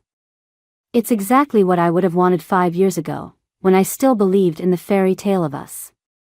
Before I started noticing the late-night calls he steps out to take, the lingering scent of unfamiliar perfume. The way his smile never quite reaches his eyes anymore. Say yes, Arya, my father's voice carries that same tone he uses in board meetings. Don't keep the poor man waiting. I look at Connor again, really look at him. His perfectly tailored suit, his manicured nails, the slight impatience twitching at the corner of his mouth. This isn't love, it's a hostile takeover dressed up in romance. Yes, I hear myself say, and the room erupts in applause. Connor slides the ring onto my finger with surgical precision. Then kisses me for exactly 3 seconds, long enough for Sophie to snap a photo with her phone. To the happy couple. Mother raises her glass, and everyone follows suit. I'm still holding my champagne, untouched, watching the bubbles rise and die. Connor's hand finds the small of my back, possessive. I knew you'd make the right choice, he whispers, and something in his tone makes my skin crawl. This isn't a proposal, it's a warning. Later, after the congratulations and the toasts, after both families have finally left us alone in the restaurant's private dining room, Connor checks his phone. His face illuminates with genuine warmth for the first time all evening, the kind of smile I haven't seen directed at me in months. Business? I ask, though I already know it isn't. Always working, darling. He stands, straightening his jacket. I have to take this. Wedding plans tomorrow? I nod, watching him stride away, already speaking softly into his phone. The ring feels heavy on my finger, like a shackle rather than a promise. I take another sip of champagne, letting the bitter taste linger on my tongue. This isn't the end of our story, it's the beginning of his downfall. He just doesn't know it yet. 3 days after the proposal, I sit in Mother's sunroom, surrounded by wedding magazines and her endless chatter about color schemes. The diamond on my finger catches the morning light, throwing accusatory sparkles across the walls. The Mitchells suggested the Grand Plaza for the reception, Mother says, marking another page with a sticky note. Sophie knows the owner personally. Wouldn't that be lovely? I trace the rim of my teacup. Lovely. Just like the merger papers Father's been reviewing. Mother's hands still over the magazine. Arya, dear, business arrangements have always been part of society marriages. Your father and I had a love match. Don't pretend otherwise. The words come out sharper than intended. She sighs, setting down her pen. Connor adores you. He's been part of our lives since you were children. Why are you suddenly so? My phone buzzes. A text from Mike, coffee? Important. I have to go, I stand, gathering my bag. Meeting a client. Mother's disappointment follows me to the door. We haven't finished discussing the venue options. And Connor's mother wanted to review the guest list. Later. I'm already halfway out, the suffocating weight of expectations lifting with each step. 20 minutes later, I slide into a booth across from Mike at our old law school hangout. His usual easy smile is replaced by something grimmer. "You look like hell," he says, pushing a coffee toward me. "Thanks. You're not exactly runway material yourself." But I'm grateful for his directness, for the absence of wedding talk and false congratulations. He slides an envelope across the table. "You asked me to keep an eye on things. Well, I found something."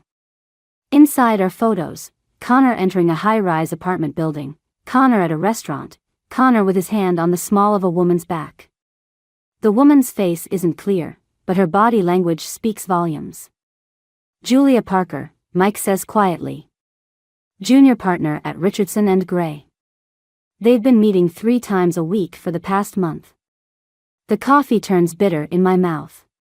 Business meetings? Unless business meetings typically end at midnight in private residences. He pauses, watching me carefully. "There's more. The merger your father's working on?" Julia's firm is handling the legal side. Everything clicks into place: the rushed proposal, Connor's sudden interest in my father's business dealings, the late-night phone calls. "He's using me," I say, and hearing it aloud makes it real. The marriage, the merger, everything, it's all connected. Mike reaches across the table, but I pull back. "What are you going to do?" Before I can answer, the cafe door chimes. Connor walks in with his mother, Sophie. I slide the photos under my napkin, forcing a smile as they approach. "Darling." Connor's surprise sounds rehearsed. What a coincidence. Mother and I were just discussing wedding details. Sophie's eyes fix on Mike, her smile tightening. "And who might this be?" "Mike Johnson," he stands, offering his hand. "Old friend from law school." "How nice," Sophie says, not taking his hand. "Arya, dear, we were just heading to look at venues. Why don't you join us?" Connor's hand finds my shoulder, squeezing slightly. "Yes, darling. Much better use of your time then." Catching up. I meet Mike's eyes briefly. He nods almost imperceptibly. "Of course," I stand, gathering my things. "Mike was just leaving anyway."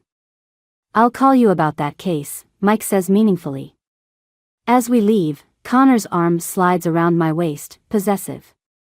"I'd prefer if you didn't meet male friends alone," he murmurs. "It doesn't look appropriate now that we're engaged." I lean into him, playing my part. "Of course, darling. Whatever you think is best." But over his shoulder, I watch Mike pocket the envelope of photos, and I feel something shift inside me.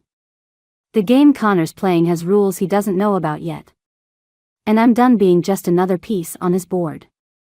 Sophie chatters about flower arrangements as we walk to her car, but all I can think about is Julia Parker.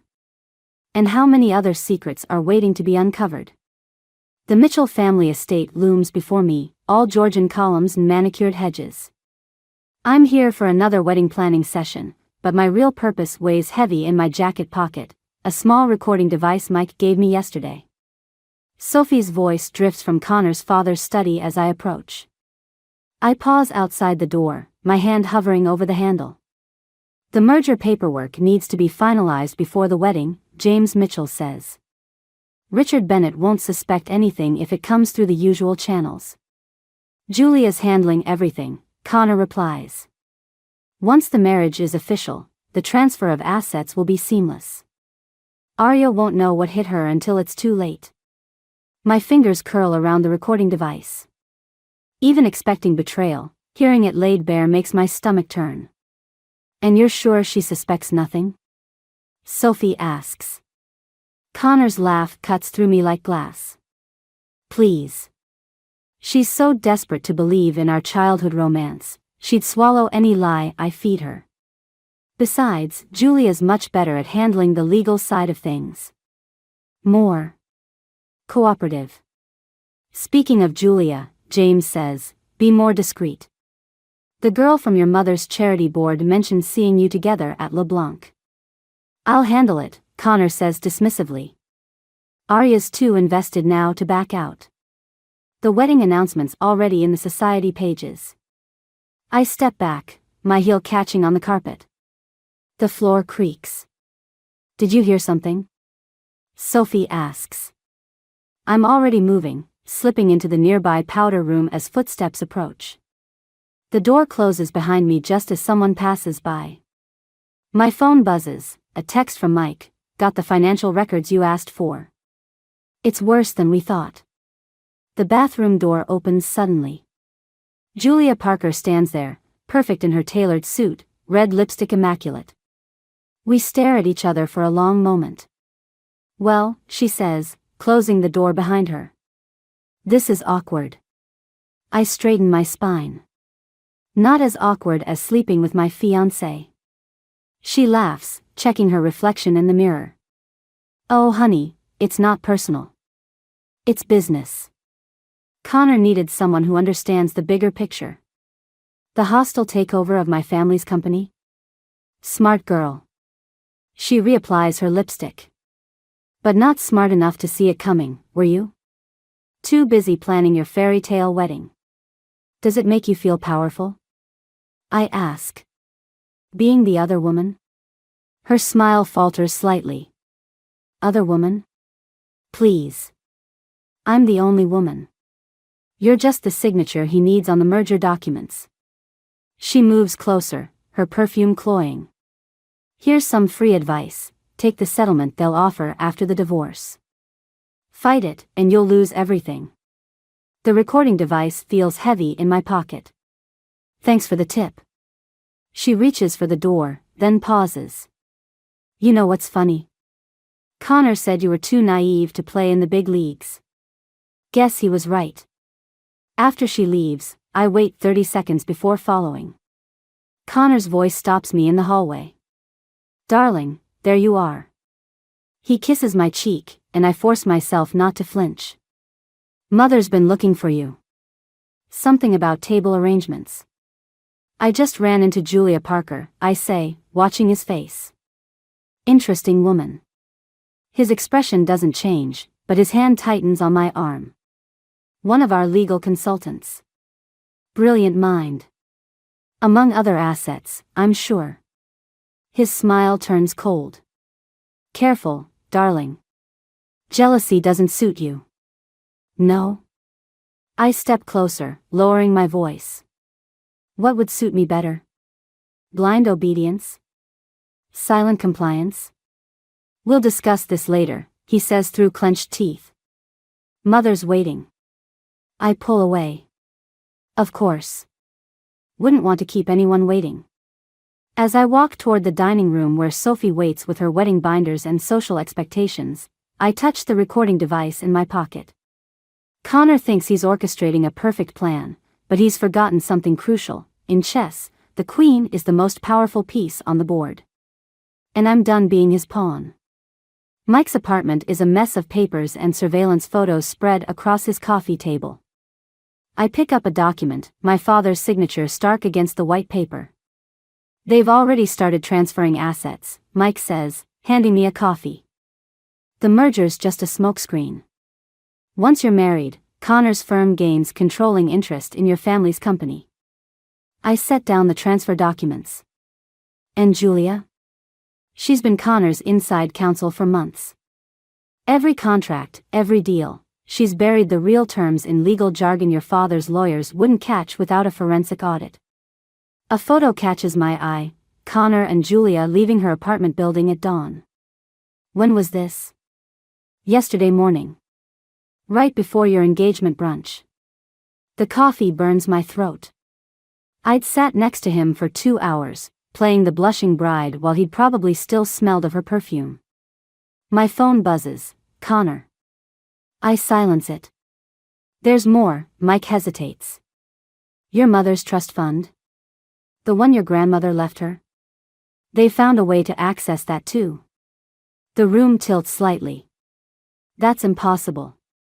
Those accounts are protected. Not if the trustee signs them over. And guess who's about to become part of the family? A knock at the door makes us both freeze. Mike moves to answer it, but I grab his arm. Through the peephole, I see Sophie Mitchell's perfectly coiffed hair. How did she? Fire escape, Mike whispers, already gathering the documents. Now. I'm halfway out the window when Sophie's voice carries through the door. Michael? I know Arya's in there. We need to talk. Mike looks at me. I shake my head. Just a moment, he calls out, buying time as I climb down the metal stairs. I'm almost to the ground when I hear Sophie's voice above me. Really, Arya? How undignified. She's leaning out Mike's window, looking more amused than angry. We can do this the easy way or the hard way. Your choice. Like you gave Connor a choice. The words escape before I can stop them. Her smile falters. Come back up. There are things you need to understand. I understand plenty. Do you? She leans further out. Did you know your father's company is already failing? That this merger is the only thing keeping your family from bankruptcy? I stop climbing. That's right, she continues. Connor's not the villain you think he is. He's saving your family's legacy. The only question is whether you'll help us do it cleanly, or make things messy. By marrying him while he sleeps with Julia? Marriage is business, dear. Love is a luxury we can't always afford.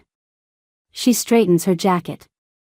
Come up, and I'll show you the real numbers.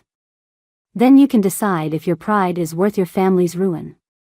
I look down at the alley below, then up at Sophie's calculating smile. Either way, I'm trapped. Fine, I say, climbing back up. Show me. In Mike's apartment, Sophie pulls out a tablet, displaying spreadsheets that make my stomach sink. Red numbers. Massive debt. My father's signature on desperate loans. Your father doesn't know we know, Sophie says softly. We could destroy him.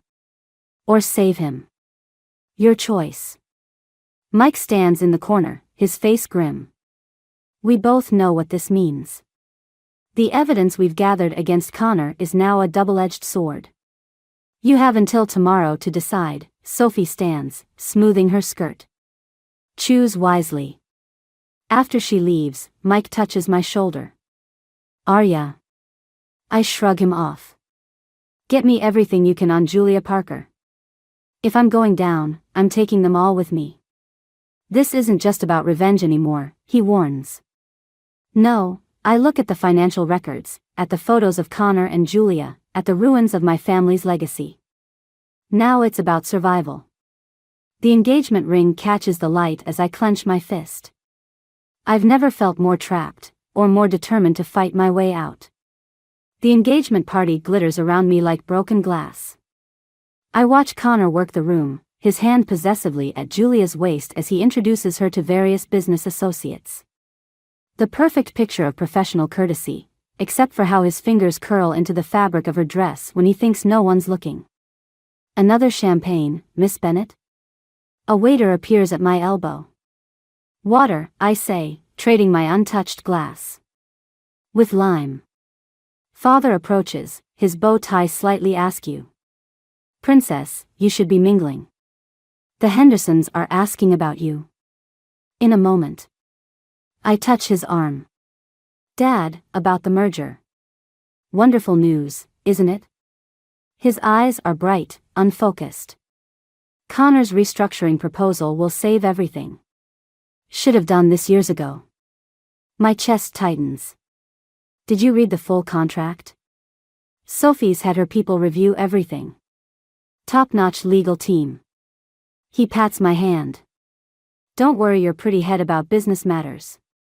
That's what having a strong son-in-law is for. Across the room, Connor catches my eye and raises his glass. I mirror the gesture, bile rising in my throat. Mike's text buzzes in my clutch, documents ready. Say the word. I type back, not yet. Need one more piece. Julia breaks away from Connor's group, heading toward the powder room. I count to 30, then follow. She's touching up her lipstick when I enter. Enjoying the party? Almost as much as you're enjoying my fiancé. I lock the door behind me. Her hand stills. Careful, Arya. You're playing with fire. No, I pull out my phone, showing her the photos Mike took. I'm playing with gasoline. And I have matches. She studies the images, her composure cracking slightly. What do you want? The truth. About the merger, about Connor's plans after the wedding, about how your father's company is hemorrhaging money. She turns to face me fully. Or about how Connor plans to strip it for parts once he has control. The words hit like physical blows, but I keep my voice steady. And your role? I get partner at Mitchell & Sons, plus a percentage of the liquidation. Her smile turns sharp. Connor gets everything else. Including your mother's trust fund. You really think I'll let that happen? You really think you can stop it? She steps closer. Face it, Arya. You lost this game before you knew you were playing. The contracts are signed. The transfers are in motion. In 3 weeks, you'll be Mrs. Connor Mitchell, and everything your family built will belong to us. My hand shakes as I reach into my purse. Thank you, Julia. For what? I hold up the recording device. Her face drains of color. For confessing. I unlock the door. Oh, and Julia? Red isn't your color. I'm halfway across the ballroom when Connor intercepts me. Dance with me, darling. People are watching. His hands settle on my waist as we move to the music. I can smell Julia's perfume on his collar. Mother told me about your little investigation, he murmurs. Very resourceful. But ultimately pointless. Like our engagement? His fingers dig into my hip. Don't be dramatic. This is business. No, I say softly. This is war. He spins me under the chandelier light. A war you can't win. Your father's signature is on every document. The merger goes through with or without the wedding. But with it? His smile turns cruel. At least your family keeps their dignity. Their social standing. Their illusions. The music swells. Around us, couples dance, glasses clink, cameras flash, capturing the perfect society engagement party. You have until tomorrow to destroy whatever evidence you think you have, Connor says. After that, things get unpleasant. I meet his eyes. They already are. Breaking away, I head for the exit, typing rapidly on my phone, Mike, release everything. All of it. Now. Behind me, Connor's phone chimes. Then Julia's. Then a cascade of notifications across the ballroom as emails land in dozens of inboxes. Sometimes the only way to win is to burn everything to the ground. Chaos erupts in the ballroom as phones light up with notifications. I stand in the center of the storm, watching my carefully orchestrated revenge unfold. Photos of Connor and Julia. Financial documents. Recorded conversations. All of it flooding every inbox in the room. Connor reaches me first, his fingers digging into my arm. What have you done?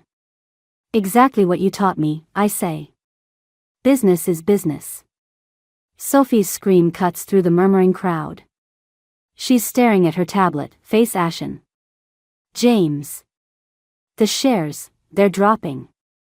Father pushes through the crowd, his phone in his trembling hand.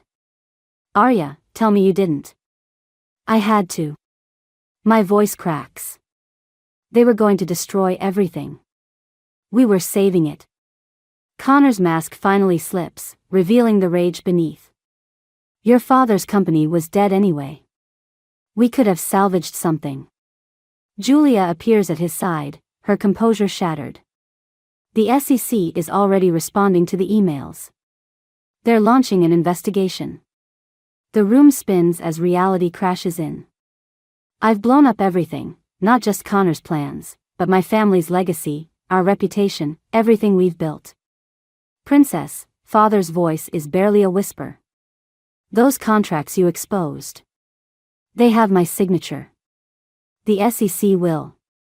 Arrest you, James Mitchell finishes, his face hard. Unless. Unless what? I demand. Unless we contain this. Connor's calm returns, more terrifying than his anger. Deny everything. Claim the documents are forged. Your father keeps his freedom, our companies survive, and the wedding proceeds as planned. You can't be serious. Dead serious. He steps closer, voice low. You wanted to play hardball? Fine. But remember, you're not the only one who can destroy lives. Mother appears, tears streaming down her face. Richard, they're saying terrible things. That you knew about the fraud, that you... It's a mistake, father says quickly. Just a mistake. Right, princess? All eyes turn to me. The weight of generations of legacy, of my father's freedom, of my mother's happiness, it all hangs on my next words. Mike pushes through the crowd. Arya, don't. Shut up, Connor snaps. This is family business. Family? I laugh, the sound brittle. Is that what we're calling this? Sophie takes my hand, her grip like steel. Think carefully, dear. Some bells can't be unrung. I look around the room, at the shocked faces of guests, at Julia's calculating stare, at my father's pleading eyes. The truth would destroy them all. But the lie.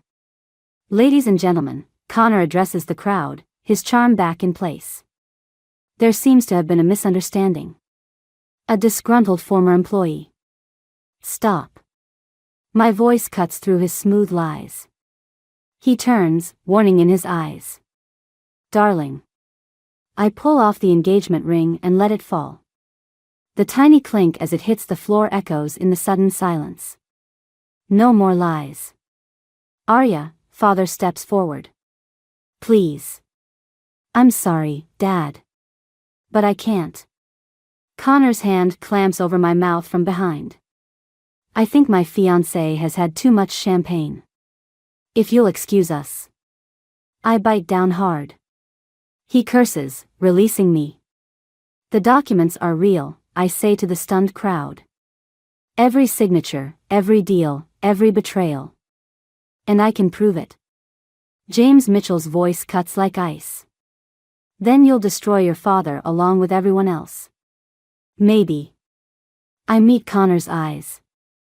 But at least it will be the truth. The next moments blur, security appearing, phones flashing, mother crying. Through it all, I stand still, watching the carefully constructed world of privilege and lies crumble around us. Mike touches my shoulder. Come on. We need to go. As he leads me out, I hear Connor's voice one last time. You've just committed suicide, social, financial, and familial. I hope it was worth it. I don't look back. Sometimes the only way to fix a broken system is to break it completely. But standing in the cool night air, watching police cars arrive with their flashing lights, I wonder if the price of truth is higher than anyone can afford to pay.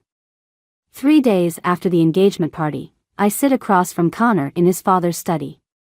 Outside, rain lashes against century-old windows while reporters camp at the gates. Hungry for more details about the scandal rocking both our families. Quite a performance, Connor says, swirling whiskey in his crystal glass. But ultimately pointless. I slide a folder across his father's mahogany desk. Not quite. He doesn't open it. More evidence? The SEC already has everything. Not everything. I tap the folder. Open it. Inside are documents I'd held back, emails between Connor and Julia dating back years, planning not just my family's downfall, but his own father's eventual ouster. His fingers tighten on the glass. Where did you get these? Julia's not as loyal as you think. I lean forward. Especially when she discovered your plans to blame her for everything. The study door opens. James Mitchell enters, followed by Julia. Connor's face drains of color. Father. Shut up. James's voice is lethal. Miss Parker has been quite informative. Julia won't meet Connor's eyes. I'm sorry, Connor. But I'm not going down for this. You think betraying me saves you? Connor stands, mask finally cracking. You're nothing without me. Any of you. No, son. James moves behind his desk, Connor's desk, until now. You're nothing without us. And now you have nothing. Connor laughs, ugly and raw. You can't cut me out. I built this empire while you played golf and attended charity galas. Built it? I stand. Or stole it? Tell him, Julia. She steps forward, shoulders straight. The Morrison deal, the offshore accounts, the fake subsidiaries, it wasn't just the Bennett merger. Connor's been siphoning money for years. James slumps slightly, looking suddenly old. My own son. Your disappointment of a son, right? Connor hurls his glass against the wall. Never good enough, never measuring up. Well, I measured up. I beat you at your own game. The game's over, I say quietly. The FBI is outside. His head snaps toward the window. Red and blue lights reflect off the rain-streaked glass. You wouldn't, he whispers. Your father has already made a deal. Full cooperation in exchange for immunity. I move closer. Did you really think I'd destroy my family to destroy you? Understanding dawns in his eyes. The engagement party, the public exposure, was a distraction. While everyone focused on the scandal, the FBI was following the real money trail. Julia opens the study door. 2 FBI agents enter. This is what real power looks like, Connor, I say as they approach. Not manipulation. Not fear. Truth. He lunges suddenly, not at the agents but at me. His fingers close around my throat. Then he's on the ground, James Mitchell standing over him, fist raised. That's enough. As the agents cuff him, Connor looks up at me. I loved you once. Did you know that? No, I touch my throat. You loved what I represented. There's a difference. Connor Mitchell, the agent recites his rights as they lead him away. Julia follows with another agent, head high, ready to make her own deal. James pours 2 drinks, hands me one. You've destroyed my son. He destroyed himself. I just showed everyone who he really was. And who are you, Arya Bennett? I look at my reflection in the whiskey, remembering the naive girl who once dreamed of a fairy tale ending with Connor Mitchell. Someone who chose truth over power. I set down the untouched drink. Goodbye, Mr. Mitchell. Outside, the rain has stopped. Reporters surge forward as Connor is led to a waiting car. Camera flashes turn the night into day. Mike waits by my car. You okay? I watch Connor's vehicle disappear into the night. Ask me tomorrow. Was it worth it? I think of my father's face when I showed him the FBI's deal, of my mother's tears of relief. Of the weight lifting from my shoulders as truth finally won out over lies. Yes, I say. But not for the reasons I thought. Sometimes revenge isn't about destroying your enemies. Sometimes it's about saving yourself. The letter arrives on crisp Mitchell and Sons stationery, delivered to my office by James Mitchell's personal courier. Inside, Connor's familiar handwriting fills a single page. I wonder if you knew, even then, that we were both playing the same game. You learned from the best, after all. Remember when we were children, and I taught you chess? The queen protects the king, I said. But you always preferred to sacrifice your king to win the game. You didn't just beat me, Arya. You became me. I set the letter down as father enters my office, looking older but somehow lighter since the trial ended. The board approved the restructuring, he says, settling into the chair across from me. James Mitchell stepping down. They want fresh blood at the helm. And you? Retirement suits me. He studies my face. They want you, you know. Both companies. A merger of sorts, but not the kind Connor planned. I touch the letter. I'm not interested in running either empire. No? He smiles slightly. Then why did you fight so hard to save them? Because they needed saving. Not owning. Mike appears in the doorway, case files under his arm. Sorry to interrupt, but the Richardson and Gray partners are here. They're ready to discuss the merger terms. Father stands. I'll leave you to it. Dad? I catch his arm. I'm sorry I couldn't tell you about the FBI deal sooner. You protected the family your way. He touches my cheek. Just like your mother would have. After he leaves, Mike drops the files on my desk. Julia's testimony went well. Connor's looking at 15 years minimum. And Sophie? Left the country last night. Apparently, Switzerland is lovely this time of year. I pick up Connor's letter again. He thinks I became him. Did you? No. I feed the letter through the shredder. I became myself. The intercom buzzes. Miss Bennett? The partners are waiting. Ready? Mike asks. I gather the files. Almost. In my desk drawer, the engagement ring sits in its velvet box, my last piece of evidence, my last link to Connor. I consider it for a moment, then leave it there. Some things are better left buried. The conference room fills with lawyers and executives, all watching me expectantly. These are the same people who once dismissed me as Connor's ornamental fiancé. Now they lean forward, eager to hear my terms. Before we begin, I say, let's be clear. This isn't a merger, hostile or otherwise. This is a partnership. Equal terms, equal responsibility, equal consequences. Murmurs of agreement ripple through the room. Through the glass walls, I see Father watching proudly. Beyond him, Mother arranges flowers in the reception area, rebuilding our world in her own quiet way. The documents are standard, I continue, but my mind drifts to Connor, sitting in his cell, probably still plotting, still scheming. Still believing that power means control. He never understood that real power isn't about what you can take. It's about what you choose to give up. Miss Bennett? One of the partners prompts. Shall we proceed? I look around the table, at Mike's encouraging nod, at the future stretching out before me, unmarked by revenge or regret. Yes, I say. Let's begin. Later, standing at my office window, I watch the city lights flicker on. My phone buzzes with a text from an unknown number, you won. But at what cost? I don't need to ask who it's from. Connor always did need the last word.